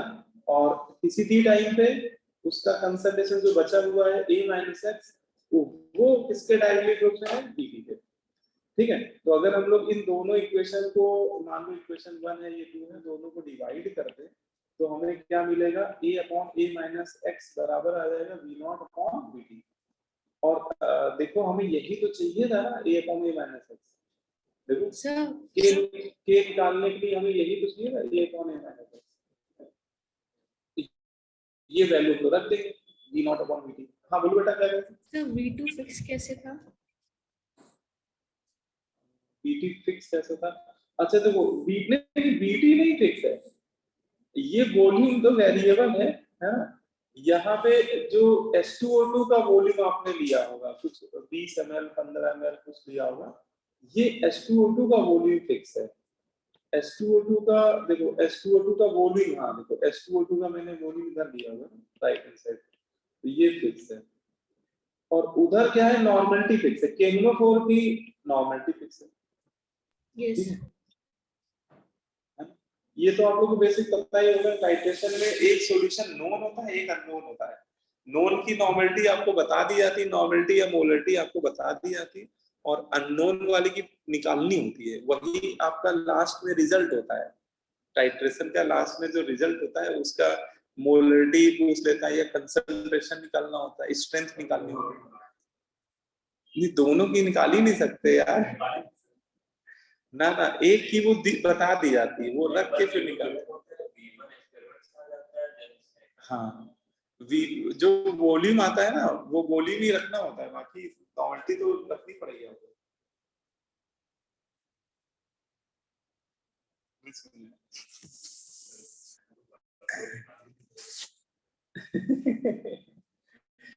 देखो उसमें आपने क्या किया, जैसे आपने ऑक्जेलिक एसिड का वॉल्यूम रख दिया होगा 20 ml, है ना। ऑक्जेलिक एसिड की नॉर्मलिटी बताई गई है ना। हाँ स्ट्रेंथ से नॉर्मलिटी सनी देओल वाला फॉर्मूला लगाया होगा ना, ऐसा बता रहे, तो नॉर्मलिटी से स्ट्रेंथ निकाल, अच्छा हाँ उससे मोलरिटी निकाल ली होगी, कोई दिक्कत, ठीक है। तो फिर उसको आपने, हाँ इधर इधर आपको नॉर्मलिटी पूछी गई होगी, है ना। और ये वॉल्यूम आप टाइट्रेशन से निकाले होंगे कि जहाँ पे वो इंडिकेटर कलर चेंज करता है, 3 रीडिंग निकाल के एवरेज दी होगी, तो एवरेज वाली वैल्यू याद रखते होगे, है ना। तो एक की तो आपको दी गई थी ना, नॉर्मलिटी नहीं दी कोई बात नहीं, स्ट्रेंथ दे दी, स्ट्रेंथ से नॉर्मलिटी आ गई, ठीक है। तो जिसकी स्ट्रेंथ या नॉर्मलिटी दी जाती है वो नोन होता है, और नोन वाला हमेशा कोनिकल फ्लास्क लेते हैं, और अननोन जिसकी निकालनी होती है उसी को ब्यूरेट में फिल करते हैं, ठीक है। ये होता है। तो अब हमारा लास्ट में फॉर्मूला देखो मॉडिफाई होके क्या आ गया, k बराबर 2.303 अपॉन टी। देखो लॉग के अंदर a अपॉन a माइनस है, यही आपको फंस रहा था ना। इसकी वैल्यू आपने केमनोफोर के वॉल्यूम के टाइट्रेट जो कर रहा है ऑक्सीडाइजिंग एजेंट के वॉल्यूम के टर्म में निकाल दिया, और ये बन गया आपका एक एक्सप्रेशन। ठीक है, तो ये तो फॉर्मूला है, डायरेक्ट आप लोग लगाने के लिए बोला जाता है कि ये फॉर्मूला डायरेक्ट लगाओ। बस वही कि ये पूरा आया कैसे, तो डेरिवेशन देखने से आपको क्लिक करना है ये आया कहाँ से, है ना। ठीक है, नहीं तो अगर मैं डायरेक्ट बोल देता कि ये होता है तो आप लोग को लगता होगा कि कहाँ से आ गया ये, नहीं तो उसको समझ के करेंगे तो सही रहेगा। ठीक है, V नॉट यहाँ पे है केमनोफोर का जो इनिशियल वॉल्यूम है जो टाइट्रेशन में यूज हो रहा है, और BT किसी टी टाइम पे। और थोड़ा सा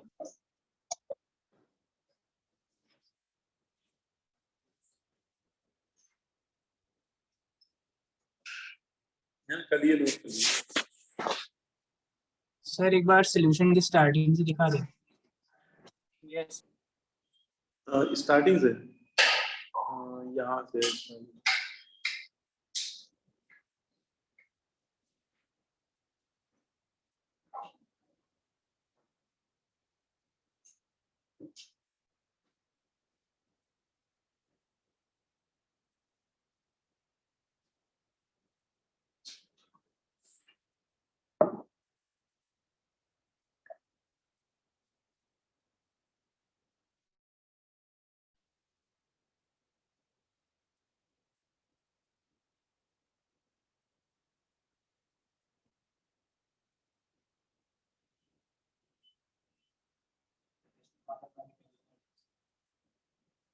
इसमें तो हमें लग रहा है जितना लास्ट क्लास में पढ़ा था उतना ही है, मतलब ऑर्डर वाले सारे पढ़ दीजिएगा, first order, second order, third order. ठीक है, फॉर्मूले जितने पढ़े थे, हाफ लाइफ के फॉर्मूले, बस नहीं आ रहा है ये नहीं आ रहा है इधर वाले को।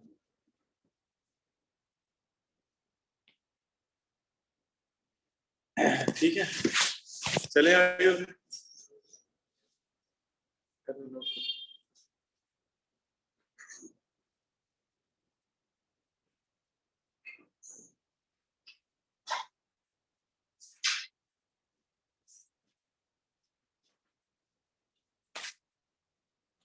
एक इसमें करें न्यूमेरिकल, जैसे ये वाला पैटर्न कर लो, तो इसको रीड कर लो और ओरली बता दो, है इसे सॉल्व करने दो अपनी, एक बार रीड कर दो। इसमें कह रहा है देखो, decomposition of hydrogen peroxide in aqueous solution is a first order reaction. सबसे पहले तो इसने ये बता दिया कि हाइड्रोजन पेरोक्साइड का डिकम्पोजिशन जो है फर्स्ट ऑर्डर है। It can be studied by the titrating quickly 10 ml portion of reaction mixture of various times from the T/0 of reaction against the standard solution of KMnO4। तो 10 ml लेकर hydrogen peroxide का, मतलब conical flask में 10 ml लिया गया है और उसको KMnO4 के साथ टाइट्रेट कराया जाता है। ठीक है, फिर कह रहा है volume of KMnO4 solution used in each case is proportional to remaining concentration of stored. ये तो हम लोग डिस्कस करेंगे। ठीक है, कोई चीज उसने यहाँ पे क्या हिंट दे दी उसने कि KMnO4 का जो वॉल्यूम है वो H2O2 के कंसंट्रेशन के डायरेक्टली प्रोपोर्शनल है। ठीक है, और लास्ट में वो रेट कांस्टेंट पूछ रहा है ना, अलग अलग टाइम पे देखो उसने KMnO4 का वॉल्यूम दे दिया, तो डायरेक्ट फॉर्मूला ही लगना है वैसे, है ना, क्या लगा दे फॉर्मूला को। ठीक है, जो लाए वही लगेगा, formula 2.303 upon time T log V not.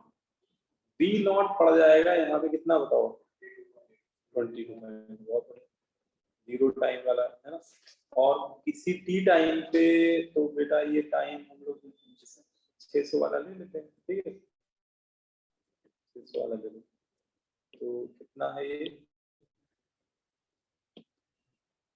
Time ले लिया मैंने 600 सेकंड वाला, तो 600 सेकंड पे जो वॉल्यूम है तो ये VT हो जाएगा बेटा, है ना। तो 22.8 डिवाइडेड बाई 13.2, ठीक है। यहाँ से हम लोग के निकाल 1.6 होंगे।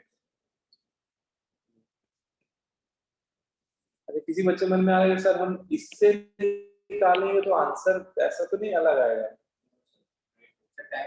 हाँ तो वो फर्स्ट ऑर्डर जब बोल ही दिया है इसने तो वो किसी भी टाइम से निकालो सेम ही आएगा। वो डेटा आपको ऐसा ही करके दे रहा है क्योंकि कोई ग्रेट कांस्टेंट है उसकी वैल्यू डिपेंड नहीं करेगी, है ना। एक्सपेरिमेंट किसी भी एक्सपेरिमेंट से निकाल दो वही आएगा सर।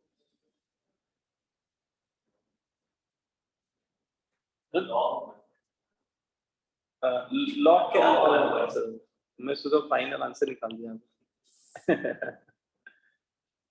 तो बाकी तो कर ही लोगे सॉल्व, है आपकी सीट का ही क्वेश्चन ही है। E3 नंबर है सेक्शन ई का थर्ड क्वेश्चन, लॉग के अंदर 1.6 इससे आ जाएगा आपका, ठीक है। तो फॉर्मूला ही मेन है वो, A/A - x VT V0/VT, ठीक है। अब इसमें जो सेकेंड मेथड है इसमें है ना, सेकेंड मेथड एक और मतलब इसमें डिफरेंट टाइप से डेटा आपको दिया जा सकता है। तो इसमें सेकेंड जो टाइप के क्वेश्चन बनते हैं वो वॉल्यूम मेजरमेंट, जैसे पहला था टाइट्रेशन मेथड, इसको हम लोग बोले थे टाइट्रेशन मेथड, इस मेजरमेंट मेथड। इसमें क्या करते हैं, by measuring the volume of product form we can monitor the progress of reaction, ठीक है। वॉल्यूम मेजरमेंट मेथड ये बोलता है कि इसमें हम लोग किसी रिएक्शन में प्रोडक्ट साइड बनने वाली गैस का वॉल्यूम मेजर करके रिएक्शन को प्रोग्रेस को मॉनिटर करते हैं, ठीक है। तो इस पे आपको बताएं क्वेश्चन ऐसा फ्रेम करके दिया जाएगा, कोई रिएक्शन दी जाएगी और उस रिएक्शन में प्रोडक्ट साइड कोई गैस जरूर बन रही होगी तभी ये मेथड लग पाएगा, अदरवाइज वो मेथड नहीं लगता है। तो जैसे मैंने मान लिया A को हीट कर रहे हैं, B + C बन रहा है और C यहाँ पर गैस है ना, C यहाँ पर गैस है और इस गैस का वॉल्यूम मेजर करके हम लोग मॉनिटर करेंगे रिएक्शन की प्रोग्रेस को। अच्छा इस तरह की रिएक्शन आप अगर ध्यान से देखोगे तो हो सकता है कि कोई नाइट्रोजन का ऑक्साइड ही दे दिया जाए, है ना। ज्यादातर एनसीईआरटी पे इसी पे क्वेश्चन फ्रेम करके रखे हुए हैं कि नाइट्रोजन का ऑक्साइड को हीट करते हैं वो लोग तो N2 गैस बनती है प्लस O2 गैस बनती है। तो इसमें तो दो गैसें बन रही है, N2 भी गैस है O2 भी गैस है। वो क्या करते हैं किसी एक गैस का वॉल्यूम का डेटा दे देते हैं कि जीरो टाइम पे तो जीरो ही बनेगा, जीरो टाइम वाला नहीं देगा, किसी टी टाइम पे इतना, फिर ऐसे करके 2-3 टाइम पे वो आपको दे देगा, है ना। और रेट कांस्टेंट निकालना होगा। वैसे अमोनियम नाइट्राइड को या अमोनियम नाइट्रेट को भी हीट करने पे गैस बनती है N2 या N2, है ना। तो इन सभी रिएक्शंस के लिए ये मेथड हम लोग लगा सकते हैं, है ना, या फिर इन पे क्वेश्चन आपको फ्रेम करके दे सकता है, ठीक है। हाँ डेटा इस तरह का दिया जाता है कि डिफरेंट टाइम इंटरवल पे ऐसे T1 पे वॉल्यूम ऑफ गैस दे देगा, गैस का नाम कुछ भी हो सकता है N2O2 है ना, उसका वॉल्यूम। फिर किसी T2 टाइम पे, फिर एक डेटा इसमें इनफाइनाइट टाइम वाला भी दिया था कि इनफाइनाइट टाइम पे वॉल्यूम दे देगा V, है ना। तो ये आप समझ पा रहे हो इनफाइनाइट टाइम का क्या मतलब है यहाँ पे। हाँ क्योंकि ये फर्स्ट ऑर्डर रिएक्शन है ना, फर्स्ट ऑर्डर रिएक्शन को पूरी तरह से 100% कंप्लीट होने में थ्योरेटिकली बोलते हैं कि इनफाइनाइट टाइम लगता है। तो वो इनफाइनाइट टाइम ऑफ कंप्लीशन है ना, वो टाइम ऑफ कंप्लीशन ना लिख के इनफाइनाइट लिख दिया था। तो उस समय का वॉल्यूम वो दे रहा है जब रिएक्शन पूरी 100% कन्वर्ट हो गई, प्रोडक्ट रिएक्टेड सारे प्रोडक्ट में कन्वर्ट हो, और फाइनली आपसे रेट कांस्टेंट ही पूछेगा वो, ठीक है। तो क्वेश्चन इसी तरह से फ्रेम होगा, कोई इनमें से कोई एक रिएक्शन दे दी जाएगी या इसी टाइप की कोई दूसरी रिएक्शन भी दे सकते हैं। प्रोडक्ट साइड पे ये गैस होना जरूरी है और उस गैस का वॉल्यूम आपको अलग अलग टाइम इंटरवल पे दे देगा। तो जैसे मैंने एक रिएक्शन, इनमें से एक रिएक्शन ले ली, उसी के लिए करते हैं क्वेश्चन, ठीक है। तो मैंने N25 को ले लिया, N25 को किसी कांस्टेंट टेम्परेचर पे या प्रेशर पे हीट कर रहे हैं, तो उससे N2 + O2 बन गई, फर्स्ट ऑर्डर रिएक्शन है। अब इसमें T स्टूडियो जो मान लेते हैं कि N2O5 के का कंसंट्रेशन क्या है, स्मॉल a है, अभी गैसें बनी नहीं है तो गैसों का कंसंट्रेशन 0 है। फिर किसी टी टाइम पे इसका मैंने मान लिया a - x बचा concentration, with product side x और x5 x/2 बन गया, ठीक है। और किसी t स्टूडियो इनफाइनाइट पे है ना, t स्टूडियो इनफाइनाइट पे क्या होगा, ये a से पूरा a डिकम्पोज हो जाएगा, 100% डिकम्पोज हो जाएगा। तो यहाँ बचेगा 0 और यहाँ बचेगा a और 5a/2, बोलो, है ना। इस तरह से आपने अपना एक्सप्रेशन बना लिया, ठीक है। फिर क्या किया, हम लोग को इन्फॉर्मेशन है कि ये रिएक्शन N2O5 के रिस्पेक्ट में फर्स्ट ऑर्डर है, तो फर्स्ट ऑर्डर काइनेटिक इक्वेशन लगा दी इसके लिए, डिकम्पोजिशन ऑफ नाइट्रोजन ऑक्साइड, और ये फॉर्मूला आपको याद है, K = 2.03 log A/A-. अब फिर से बात है, हमें चाहिए A और X की वैल्यू, वो आपको टेबल में दे नहीं रहा है, वो टेबल में वॉल्यूम दे रहा है गैस का, ठीक है।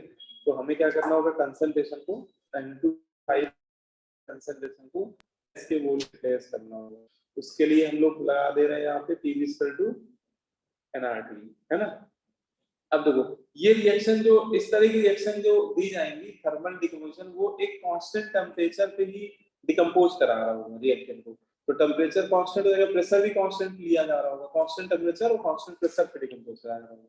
तो R तो वैसे ही कांस्टेंट होता है, इसका मतलब गैसों का जो वॉल्यूम होगा वो किसके प्रोपोर्शनल हो जाएगा, गैसों के मोल के डायरेक्टली प्रोपोर्शनल, है ना। मतलब वो जो भी गैस है जिसका उसने डेटा दिया है टेबल में, उस गैस का वॉल्यूम उस गैस के मोल के डायरेक्टली प्रोपोर्शनल हो जाएगा, है ना। बोलो भाई। अब देखो जैसे यहाँ पे इस रिएक्शन में मान लेते हैं उसने ऑक्सीजन गैस का डेटा दे दिया है आपको क्वेश्चन में, ठीक है। तो ऑक्सीजन का वॉल्यूम ऑक्सीजन के ही मोल के क्या हो जाएगा, डायरेक्टली प्रोपोर्शनल हो जाएगा, ठीक है।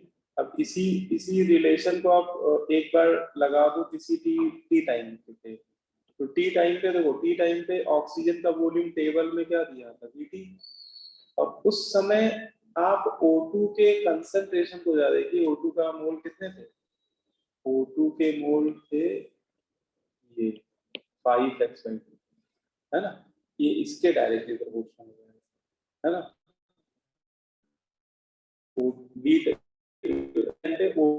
का वॉल्यूम डायरेक्टली, तो इससे x बराबर आ रहा है, देखो x आ जाएगा ट्वाइस 2/5 टाइम्स ऑफ v, ठीक है ना। फिर इनफाइनाइट टाइम पे 100% डिकम्पोज हो गया था N2O5, उस समय कितना कंसंट्रेशन है, a का 5, तो इसके प्रोपोर्शनल हो जाएगा, तो ये हो जाएगा 5a/2, तो यहाँ से a आ जाएगा 2/5 v इन्फिनिटी, ठीक है। और हमें यही वैल्यू चाहिए थी a और x की, है ना।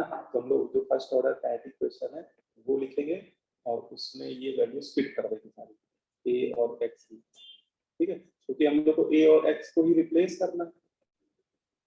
अब ये बता दो क्या आता दिख रहा है उसको, a की जगह बैठ जाएगा 2/5 v इन्फिनिटी, डिनोमिनेटर में फिर से a आ गया 2/5 v इन्फिनिटी, और x हो जाएगा 2/5 dt। अब देखो 2/5 तो देखो कॉमन लेके कैंसिल होता दिख रहा है ना, ये तो कॉमन लेके कैंसिल हो जाएगा, तो हमारा फॉर्मूला थोड़ा सा एक्सप्रेशन और इजी हो जाएगा, k = 2.303 upon time t log v infinity divided by v infinity minus v, है ना। ये बन गया, देखो मतलब हम लोग अपने फर्स्ट ऑर्डर काइनेटिक्स को गैस के वॉल्यूम के टर्म में मॉडिफाई कर दिया, ठीक है। K is equal to 2.3 upon 10t log V infinity divided by V infinity minus 2। ये प्रोसीजर आप समझ लीजिए कैसे करके ला रहे हैं। और इससे एक चीज ये भी आपको क्लिक करनी चाहिए कि देखो ये जो 2/5 आ गया था है ना, वो बाद में कैंसिल भी हो गया, ठीक है ना। इसका मतलब कि ये जो यहाँ पे स्टाइकियोमेट्रिक कोफिशिएंट है, गैस के साथ में जो स्टाइकियोमेट्रिक कोफिशिएंट है उसका फाइनल रिलेशन पे कभी कोई इफेक्ट ही नहीं पड़ेगा। जैसे O2 के स्टाइकियोमेट्रिक 5/2 है, लेकिन वो फाइनल पिक्चर में आया नहीं है ना। अगर मैं यही फॉर्मूला N2 के लिए लगा देता तो भी हमारा आंसर वही आता, अगर वो वॉल्यूम N2 के रिस्पेक्ट में दे रहा होता, क्योंकि ये जो एक्सप्रेशन आ रहा है फाइनल वाला वो गैस के कोफिशिएंट स्टाइकियोमेट्रिक कोफिशिएंट से इंडिपेंडेंट है, ठीक है। तो इससे फर्क ही नहीं पड़ेगा कि उसमें गैस का जो भी जिस गैस का वॉल्यूम दिया है उसका स्टाइकियोमेट्रिक कोफिशिएंट क्या है ना। तो ये हम लोग यहाँ पे बोल सकते हैं, ये वाला ऐसे आप अटेम्प्ट कर लीजिए, या इसे तो ओरली कर सकते हो, आसानी है, एक बार पढ़ लो उसको। ऑप्शन सारे दिए ही आपको, मेरे ख्याल से आंसर दिख जाएगा।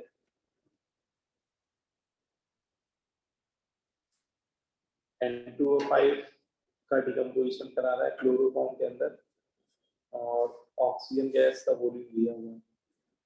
तो इसने बोला maximum volume of oxygen gas obtain was 100 centimetre cube. तो ये कौन सा वॉल्यूम है?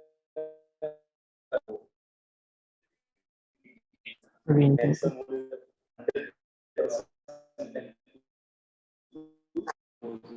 100 सेंटीमीटर, और बीटी तो दिया होगा आगे।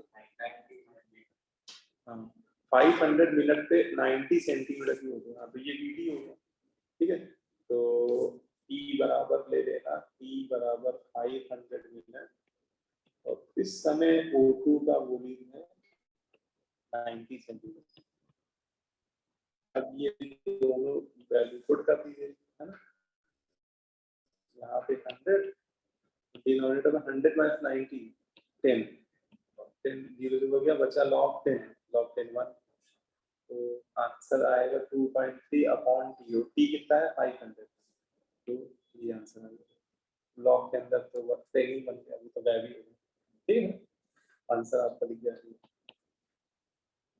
तो क्वेश्चन डायरेक्ट फॉर्मूले वाले ही बनते हैं, बस वही जो फॉर्मूले हम लोग निकाल रहे हैं उसको आप लोग अगर याद कर लेंगे तो ये सब क्वेश्चन आप हवा में उड़ा दोगे, मतलब कुछ है ही नहीं क्वेश्चन में। और मेंस के लिए तो हम तो ये कहेंगे याद ही कर लेना, क्योंकि पूरा करने से अच्छा किया सारे फॉर्मूले, है ना, ठीक है। बोलो भाई ऑनलाइन वाले बच्चों, यस तो नहीं आ रही? यस यस यस सर वाला यस। ये वाला लेक्चर थोड़ा सा बोरिंग हो जाता है, इसमें बहुत सारे मेथड है ना उससे ये डेरिवेशन है, सब एक सारे डेरिवेशन ही तो पढ़ रहे हैं हम लोग, लास्ट में वो रिजल्ट मिलता है कुछ, ठीक है। तो एक बार देख लो, लेकिन क्वेश्चन इस पे सब पे पूछे गए, मतलब ये जितने भी मेथड पढ़ रहे हैं सब पे क्वेश्चन किसी साल आए हैं, ठीक है। तो इसके बाद एक ये मेथड भी इम्पोर्टेंट है, ऑप्टिकल रोटेशन मेजरमेंट। ये वैसे दोनों से ज्यादा इम्पोर्टेंट है, ऊपर वाले जो दो मेथड पढ़े, टाइट्रेशन मेथड S2O2 वाला और ये वाला, इससे ज्यादा इम्पोर्टेंट ऑप्टिकल रोटेशन मेजरमेंट। लेकिन इसकी एक लिमिटेशन है, ये मेथड से हम लोग केवल उन्हीं रिएक्शन का रेट मेजर कर सकते हैं जो जिसमें कोई एक कंपाउंड ऑप्टिकली एक्टिव हो, या तो रिएक्टेंट ऑप्टिकली एक्टिव या प्रोडक्ट, या दोनों हो तो और अच्छी बात है, ठीक है। तो it is used for optically active sample, है ना। मतलब वो जो रिएक्शन जिसके रेट को आप मॉनिटर करना चाह रहे हो, अगर उसमें कोई ऑप्टिकली एक्टिव सब्सटेंस है तभी ये फंडा, ये मेथड हम लोग लगा पाएंगे, ठीक है, मतलब ऑप्टिकल रोटेशन को मीजर करके भी हम लोग रेट निकाल सकते हैं। तो आगे उसने साफ साफ बोल भी दिया, it is applicable if there is at least one optically active species involve in the intervention, मतलब कम से कम एक ऑप्टिकली एक्टिव स्पीशीज इन्वॉल्व होनी चाहिए, ठीक है।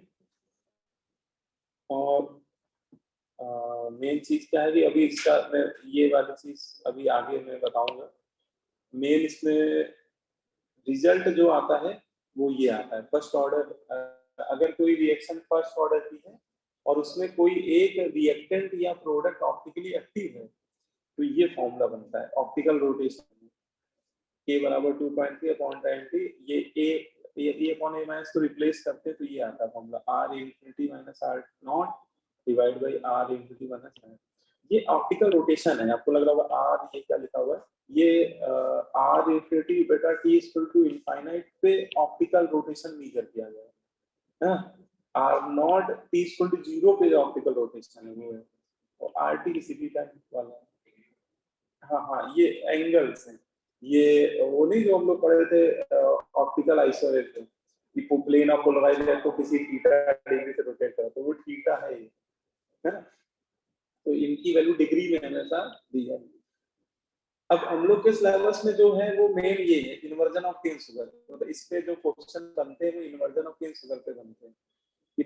केन सुगर एक ऑप्टिकली एक्टिव कंपाउंड है होता है, ठीक है, इसमें आप देखोगे वो बहुत सारे काइरल सेंटर होते हैं इसके स्ट्रक्चर में और ये डेस्ट्रोरोटेटरी होता है, ठीक है। और जब इसकी हाइड्रोलिसिस कराते हैं तो बेटा एक मॉलिक्यूल ग्लूकोज का बनता है, एक फ्रक्टोज का बनता है। ग्लूकोज भी ऑप्टिकली एक्टिव होता है, नेचर वाइज डेस्ट्रोरोटेटरी होता है, मतलब ये प्लेन ऑफ पोलराइजर को क्लॉकवाइज में घुमा सकता है इसका मॉलिक्यूल, और फ्रैक्टोज वाले जो होते हैं वो लीगो रोटेटरी, ठीक है। तो इसमें इस रिएक्शन में तो अच्छी बात है कि रिएक्टेंट भी ऑप्टिकली एक्टिव है और प्रोडक्ट भी ऑप्टिकली एक्टिव, तो ये वाला मेथड तो बहुत आसानी से लग सकता है, ठीक है। अब इसमें डेटा आपको कैसे प्रोवाइड किया जाएगा, डेटा इस तरह प्रोवाइड किया जाएगा कि जैसे ग्लूकोज आपने ले लिया सैंपल ट्यूब में, ठीक है, और ऊपर ब्यूरेट लगा दी, उसमें पानी भर दिया और एक एक बूंद टपकाते चले आ रहे हैं इसमें ग्लूकोज में, तो ग्लूकोज पानी से एड करता है तो उसकी हाइड्रोलिसिस होने लगती है, वो किसमें कन्वर्ट होने लगता है, एक मोनोसैकेराइड ग्लूकोज बनता है, एक मोनोसैकेराइड फ्रक्टोज बनता है।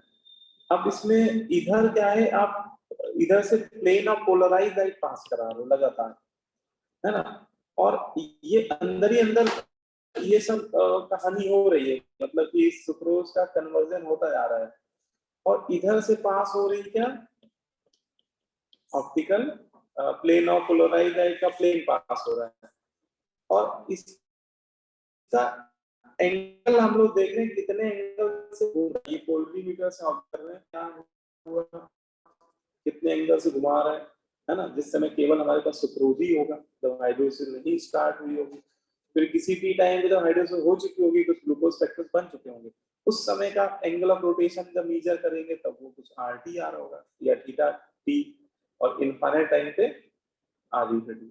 और ये जो हम लोग मेजर करते हैं ना वो इस डिवाइस से करते हैं, ये पोलरीमीटर डिवाइस होती है, ठीक है। इसमें जैसे वोल्टामीटर होती है उसमें सुई आपको बताती रहती है 10 वोल्ट 15 वोल्ट इतने वोल्ट का करंट है, ऐसे ये हम लोग को बताती रहती है। तो इसमें आधे राइट साइड के जो एंगल होते हैं पॉजिटिव डिग्री में लिखे रहते हैं, है ना। अगर मान लो कि नेडल इधर साइड किसी भी एंगल पे टिक जाती है तो बोल देते हैं वो कंपाउंड क्या डेस्ट्रोरोटेटरी है, क्योंकि इधर के सारे एंगल हाफ एंगल इसमें पॉजिटिव डिग्री के होते हैं 0 से 180 तक, और इधर वाले सारे एंगल क्या होते हैं माइनस में होते हैं, ठीक है ना। लेकिन शुरुआत में जब हम ये कराते हैं ना सुक्रोज का टाइट्रेशन t = 0 पे, तो हमारी सुई जानते हो कहाँ टिकी होती है, पॉजिटिव साइड, मतलब उसका optical angle of rotation dextrorotatory positive में आता है। इसका रीजन बता सकते हो क्यों आता है, क्योंकि शुरुआत में सुक्रोज ही होगा हमारे पास, तो सुक्रोज का नेचर क्या है डेस्ट्रोरोटेटरी, है ना। फिर जैसे जैसे पानी ऐड करते हैं तो देखते हैं कि सुई इधर घूमती है, राइट से लेफ्ट की तरफ धीरे, मतलब एंगल ऑफ रोटेशन 0 की तरफ जाने लगता है धीरे धीरे, है ना। उसका रीजन ये है कि फ्रैक्टोज जो बन रहा है ना उसमें वो ऑप्टिकल वो लीवो रोटेटरी होता है, ग्लूकोज डेस्ट्रोरोटेटरी होता है ना। इस वजह से अच्छा, लेकिन फ्रैक्टोज का अल्फा ग्लूकोज के अल्फा से थोड़ा ज्यादा निगेटिव होता है, मतलब मैग्नीट्यूड में ज्यादा होता है निगेटिव में। तो ओवरऑल वो अल्फा धीरे धीरे मिक्सचर का कम होने लगता है। बीच में किसी टी टाइम पे आपने देखा तो मान लो आरटी लीडर हुआ, और फाइनली मिक्सचर जब पूरा खत्म हो जाता है ना ये सुक्रोज, तो इन दोनों का मिक्सचर नेट लीवो रोटरेटरी आता है, इसका अल्फा मिक्सचर निगेटिव आता है, क्योंकि फ्रैक्टोज के ज्यादा होता है अल्फा निगेटिव, है ना। अभी तो हाँ, जीरो की साइड ही जा रही है, मतलब वो धीरे धीरे पहले यहाँ फिर यहाँ फिर यहाँ, और जब पूरी हाइड्रोजन हो जाएगी तो वो निगेटिव साइड कुछ एंगल होगा ऐसे इधर से होके इधर ऐसे, है ना। तो देखो हम लोग क्या कर रहे हैं, सारे डेटा आपको टेबल में दे दिया है, जीरो टाइम पे आर नॉट दे देगा, किसी टी टाइम पे, बीच के 2-3 टाइम में वो आर टी दे देगा, है ना, और लास्ट में इनफाइनाइट टाइम जब हाइड्रोजन हो जाएगी उस समय का आर दे देगा, और निकालना हम लोग को के। तो हम लोग बोलेंगे कि देखो ये हमारी रिएक्शन हो गई, ये हमारी रिएक्शन, ठीक है। इसमें ए मैंने मान लिया सुक्रोज को बेटा, और बी और सी ग्लूकोज और फ्रैक्टोज को। तो जब हमारे पास केवल सुक्रोज था तो उसका कंसंट्रेशन मैंने एक्स मान लिया, ए मान लिया 0 फिर किसी टाइम पे उसका कंसंट्रेशन क्या हो गया, ए माइनस एक्स सुक्रोज का, और इनफाइनाइट टाइम पे वो 0 हो जाएगा, ए माइनस ए मतलब 0 बचेगा, और इधर ए और ए, ठीक है। बोलो। फिर इसमें जो मेन मुद्दे की बात है वो ये बोला जाता है कि ये जो ऑप्टिकल रोटेशन में चेंज आ रहा है, ऑप्टिकल रोटेशन में ऐसे टी टाइम में आपसे पूछे कितना चेंज आया, तो देखो 0 टाइम पे आर नॉट है, 0 टाइम पे आर नॉट, और किसी टी टाइम पे वो कितना हो गया, आर टी हो गया। तो ये चेंज हुआ r naught minus are t, optical angle में चेंज की बात करें तो वो आ गया change in optical rotation r naught minus are t. और ये जो ऑप्टिकल एंगल में चेंज है वो अगर आपसे पूछे है कि कितने कंसंट्रेशन की हाइड्रोलिसिस होने की वजह से ये चेंज अपीयर हुआ है, तो उसके लिए रिस्पॉन्सिबल है उसका एक्स कंसंट्रेशन, है ना, क्योंकि किसी टी टाइम में सुक्रोज का केवल कितना कंसंट्रेशन हाइड्रोलाइज हो रहा है, एक्स, ठीक है। तो इसमें आप हम लोग अपनी इक्वेशन ये बोल सकते हैं कि किसी टी टाइम पे change in optical rotation concentration of sucrose जो हाइड्रोलाइज हो चुका है उसके क्या है डायरेक्टली प्रोपोर्शनल, वो उसी कंसंट्रेशन की वजह से उतना चेंज आया है ना। तो ये बोल देंगे r naught minus r d, ये लिख दिया मैंने टी टाइम पे चेंज कितना हुआ एंगल ऑफ रोटेशन में, और ये प्रोपोर्शनल हो गया एक्स को, क्योंकि टी टाइम में केवल एक्स कंसंट्रेशन ही हमारा हाइड्रोलाइज हो रहा है सुक्रोज, और उसकी वजह से चेंज इतना मिल गया r naught minus are t, पूरा इतने एंगल का चेंज आ गया, ठीक है। फिर हाइड्रोलिसिस होती जब पूरा कंप्लीट हाइड्रोलिसिस हो गई उस समय नेट जो ऑप्टिकल रोटेशन का चेंज है वो कितना है, तो are infinity minus are T है ना। तो देखो शुरुआत में इतना और लास्ट वाला इतना, तो नेट में कितना चेंज हुआ, आर नॉट ज्यादा होगा आर टी वो कम होगा, तो are naught minus are t. और इसके लिए पूरा कितना कंसंट्रेशन रिस्पॉन्सिबल है, ए का ए, क्योंकि इनफाइनाइट टाइम पे तो पूरा जितना मोल लेके चले थे सारे के सारे हाइड्रोलाइज हो गया, तो ये प्रोपोर्शनल हो जाएगा ए, ठीक है। तो बस अगर ये दोनों लिख दिया कोई दिक्कत ही नहीं, ए तो ए माइनस एक्स निकाल सकते हैं किसके प्रोपोर्शनल है, ए माइनस एक्स हो जाएगा इक्वेशन 2 में 1 माइनस कर देंगे r naught minus R T minus are naught minus are t, इसमें एक कोई कैंसिल हो जाएगा, आर टी शायद कैंसिल हो जाएगा, तो ये बचा r infinity minus are naught. बस वो फर्स्ट ऑर्डर के फॉर्मूले में लग देंगे, हमें इसी का तो रेशियो चाहिए, लॉग के अंदर यही तो मामला फंसता है हर बार, a upon a minus x, तो यहाँ ए किसके प्रोपोर्शनल है, r infinity minus are t, और प्रोपोर्शनलिटी कांस्टेंट तो रेशियो में वैसे ही कैंसिल हो जाएगा, और ए माइनस एक्स इसके प्रोपोर्शनल है। बस ये वैल्यू उठा के हम लोग फर्स्ट ऑर्डर की इक्वेशन में रख देंगे तो हमारा वही बन गया formula, optical angle of rotation के फॉर्मूला इस तरह से आ जाता है। बाकी उस उसको थोड़ा समझ लोगे ना, तो मान लो कभी भूले तो आप उसको रिकॉल कर सकते हो कि r naught minus are t वो एक्स के प्रोपोर्शनल है और नॉट माइनस आर टी वो पूरे ए के प्रोपोर्शनल है। तो अपनी इक्वेशन आप लिख दोगे। नहीं क्या होगा वो कोई दिक्कत है, अगर वो माइनस कॉमन दे दे तो फिर वही बन जाएगा आर इनटू माइनस आर ना। हाँ वो ये लिखा हुआ था ऊपर, वो एक ही चीज है, ये लिखने चाहो वो दोनों में माइनस कॉमन दे तो वही आ जाएगा। सर यही बन। हाँ बोलो बेटा।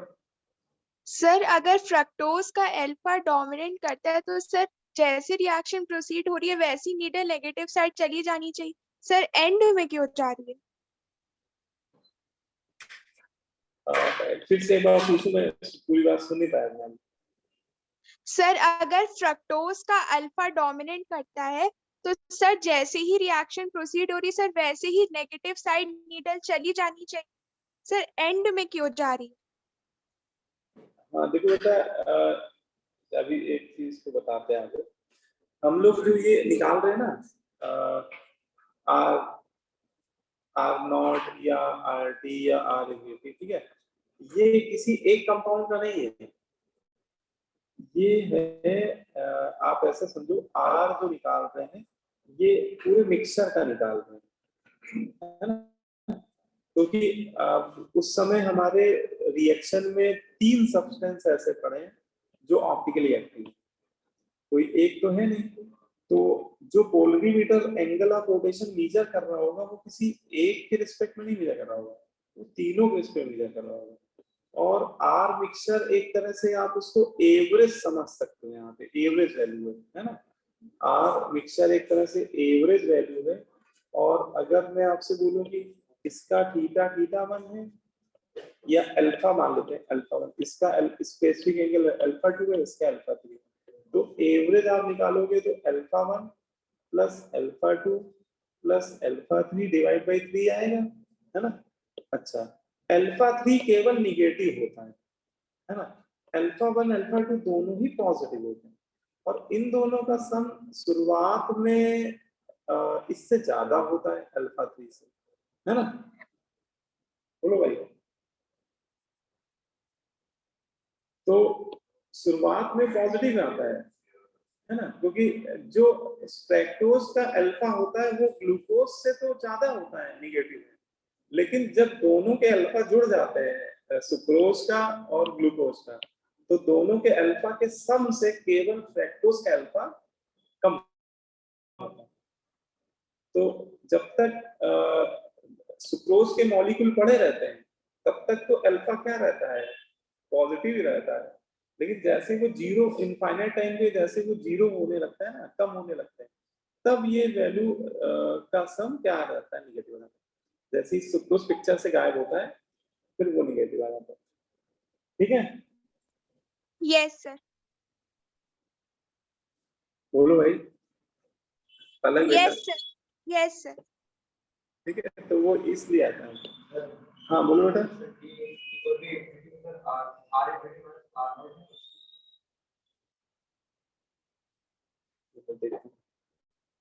इक्वल टू इन्फिनिटी में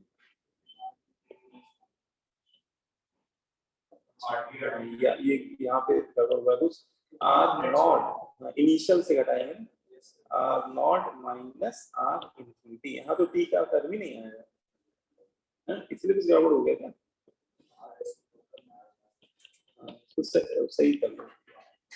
इसको लिखो आप A R naught minus are infinity minus are naught minus R, तो आर नॉट कैंसिल हो गया, तो बचा क्या R T minus are T, है ना। तो ये आ गया बेटा R T minus are T, A किसके प्रोपोर्शनल था, आर नॉट कैंसिल, ठीक है ना। तो फाइनल एक्सप्रेशन, अच्छा वो मैंने वही वाला लिख दिया उससे, हाँ फाइनल एक्सप्रेशन किया है यहाँ पर r infinity minus are naught, वो माइनस कॉमन लेके हटा दो, तो वही बन जाता है या वैसे भी लिख दो, उसका कोई फर्क नहीं पड़ता। एनसीईआरटी में यही लिखा हुआ, मैं यही लिख देता हूँ एनसीईआरटी वाला फॉर्मूला। ठीक, क्लियर है? जैसे एक ही वाला पहला क्वेश्चन, इसमें पढ़ो, बताओ क्या किसकी वैल्यू क्या देनी, बस यही बताना। फॉर ए रिएक्शन ए से B plus C, it was found that at the end of 10 minutes from the start the total optical rotation of system was 50 degree। तो ये कौन सा एंगल है? RT 10 मिनट के बाद बोला है उसने, तो ये तो सर्टेन टाइम है, तो 10 मिनट के बाद angle of rotation 50 degree. when the reaction is complete it was 100 degree, ये है R infinity। रिएक्शन का first order reaction infinite time पे होती है। assuming that only B and C are optically active। अच्छा, यहाँ पे उसने खेला है। अब बोल रहा है कि इस रिएक्शन में केवल मान लो कि B और C जो कि उसके क्या है प्रोडक्ट है, यही ऑप्टिकली एक्टिव, मतलब रिएक्टेंट A ऑप्टिकली एक्टिव है ही नहीं। इसका मतलब R0 क्या हो गया? जीरो। R0 तो जीरो टाइम पे निकालते हैं, वो R0 रिएक्टेंट के रिस्पेक्ट में ही आता है क्योंकि उस समय प्रोडक्ट बन नहीं रहे होते हैं, तो इसका मतलब R0 यहाँ पे जीरो है ना? मतलब 30 कॉलेजों पे हमारी सुई जीरो पे टिकी होगी ऐसा है। तो R0 आप जीरो लेके वही फॉर्मूला लगा दीजिएगा, आ जाएगा आंसर। ठीक है, ऊपर वाला फॉर्मूला R0 जीरो लेना होगा। अरे निकाल दिया क्या? ये आ रहा है, आ जाएगा। डेटा आसानी है वैसे तो। हाँ, स्मार्ट होता है। ठीक है, सी है मेरे ख्याल से, आंसर सी है इसका। ठीक है, तो ये हो गया। बस एक मेथड और बच रहा है, 4 मेथड थे टोटल। मॉनिटर वाले जो है ना 4 फॉर्मूले हैं टोटल। एक H2O2 के डिकम्पोजिशन वाला है, एक गैस के वॉल्यूम के टर्म में, एक ये ऑप्टिकल एक्टिविटी मेजरमेंट के रिस्पेक्ट में, एक बस लास्ट में यही बचा। देखिए हाइड्रोलिसिस ईस्टर में, ईस्टर की जब हाइड्रोलिसिस होती है ना, तो ईस्टर कोई भी ले लो, मैंने एथिल एसीटेट ले लिया प्लस वाटर, और किसी एसिड की प्रेजेंस में होती है, एसिडिक मीडियम वाली हम लोग बात कर रहे हैं। ठीक है, तो ये बन रहा है, और इसका जो रेट कांस्टेंट आता है उसका ये फॉर्मूला लिखा हुआ है, K बराबर 2.03 upon time t log V infinity minus V naught divided by V infinity minus VT। हाँ, V naught यहाँ पे क्या है, देखो V वाले टर्म में था, यहाँ पे वॉल्यूम है। देखो इसको क्या माना गया है, V naught वॉल्यूम होता है NaOH का used at T equal to 0। ठीक है, T इक्वल टू 0 पे जो NaOH का वॉल्यूम है वो 0 है ना? बात समझ आ रही? ये V naught किसका वॉल्यूम है? NaOH। अच्छा, आपको लग रहा होगा NaOH तो है ही नहीं पिक्चर में, तो वो क्या कर रहा है, टाइट्रेशन कर रहा है। देखो वो उसने ब्यूरेट में NaOH भर दिया है, और ये मान लो कोनिकल फ्लास्क है, इसमें ये वाली रिएक्शन हो रही है ईस्टर की। ठीक है, बात समझ आ रही? वो उससे NaOH टपक रहा है, और वो इसमें बनने वाले एसिड को क्या कर रहा है, ठीक है। तो V naught वो वॉल्यूम है NaOH का जो 0 टाइम पे यूज हो रहा है। ठीक है, VT वो NaOH का वॉल्यूम है जो किसी T टाइम पे यूज हो रहा है।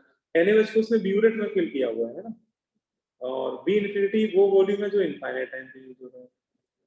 ठीक है, तो ये बनता है फॉर्मूला, इसको डायरेक्ट याद कर लो, कहाँ डेरिवेशन परेशान हो। ठीक है, अच्छा इसको हमने ऐसे डायरेक्ट ये वाला फॉर्मूला क्योंकि ज्यादा इंपॉर्टेंट है, तो ये फॉर्मूला तो आप लोग याद रखोगे, और ऐसा ही फॉर्मूला ये बन जाता है बस जहां पे ऑप्टिकल रोटेशन R लिखा हुआ है या थीटा लिखा, वहां पे V रखते चले जाए, तो आपको कुछ अलग से याद नहीं करना पड़ेगा। देखो तो वो ऑप्टिकल रोटेशन वाले मेथड में फॉर्मूला है ना R infinity minus R naught, तो यहाँ पे V infinity minus V naught, divided by r unity minus are t, ये बिल्कुल सिमिलर टाइप का बन जाता है ना। तो अगर आपको डेरिवेशन नहीं भी पता है तो भी कोई दिक्कत वाली बात नहीं है ना, वो कनेक्ट हो रहा है, ये दोनों फॉर्मूले कनेक्ट हो जाते हैं। ठीक है, तो टोटल इतने ही मेथड हैं जिससे हम लोग रिएक्शन के रेट को मॉनिटर करते हैं। ठीक है, बोलो भाई। अब इसमें देखो, इसके आगे जो टॉपिक है वो है आर्मीनियस। ठीक है, तो आर्मीनियस इक्वेशन ये वाला है।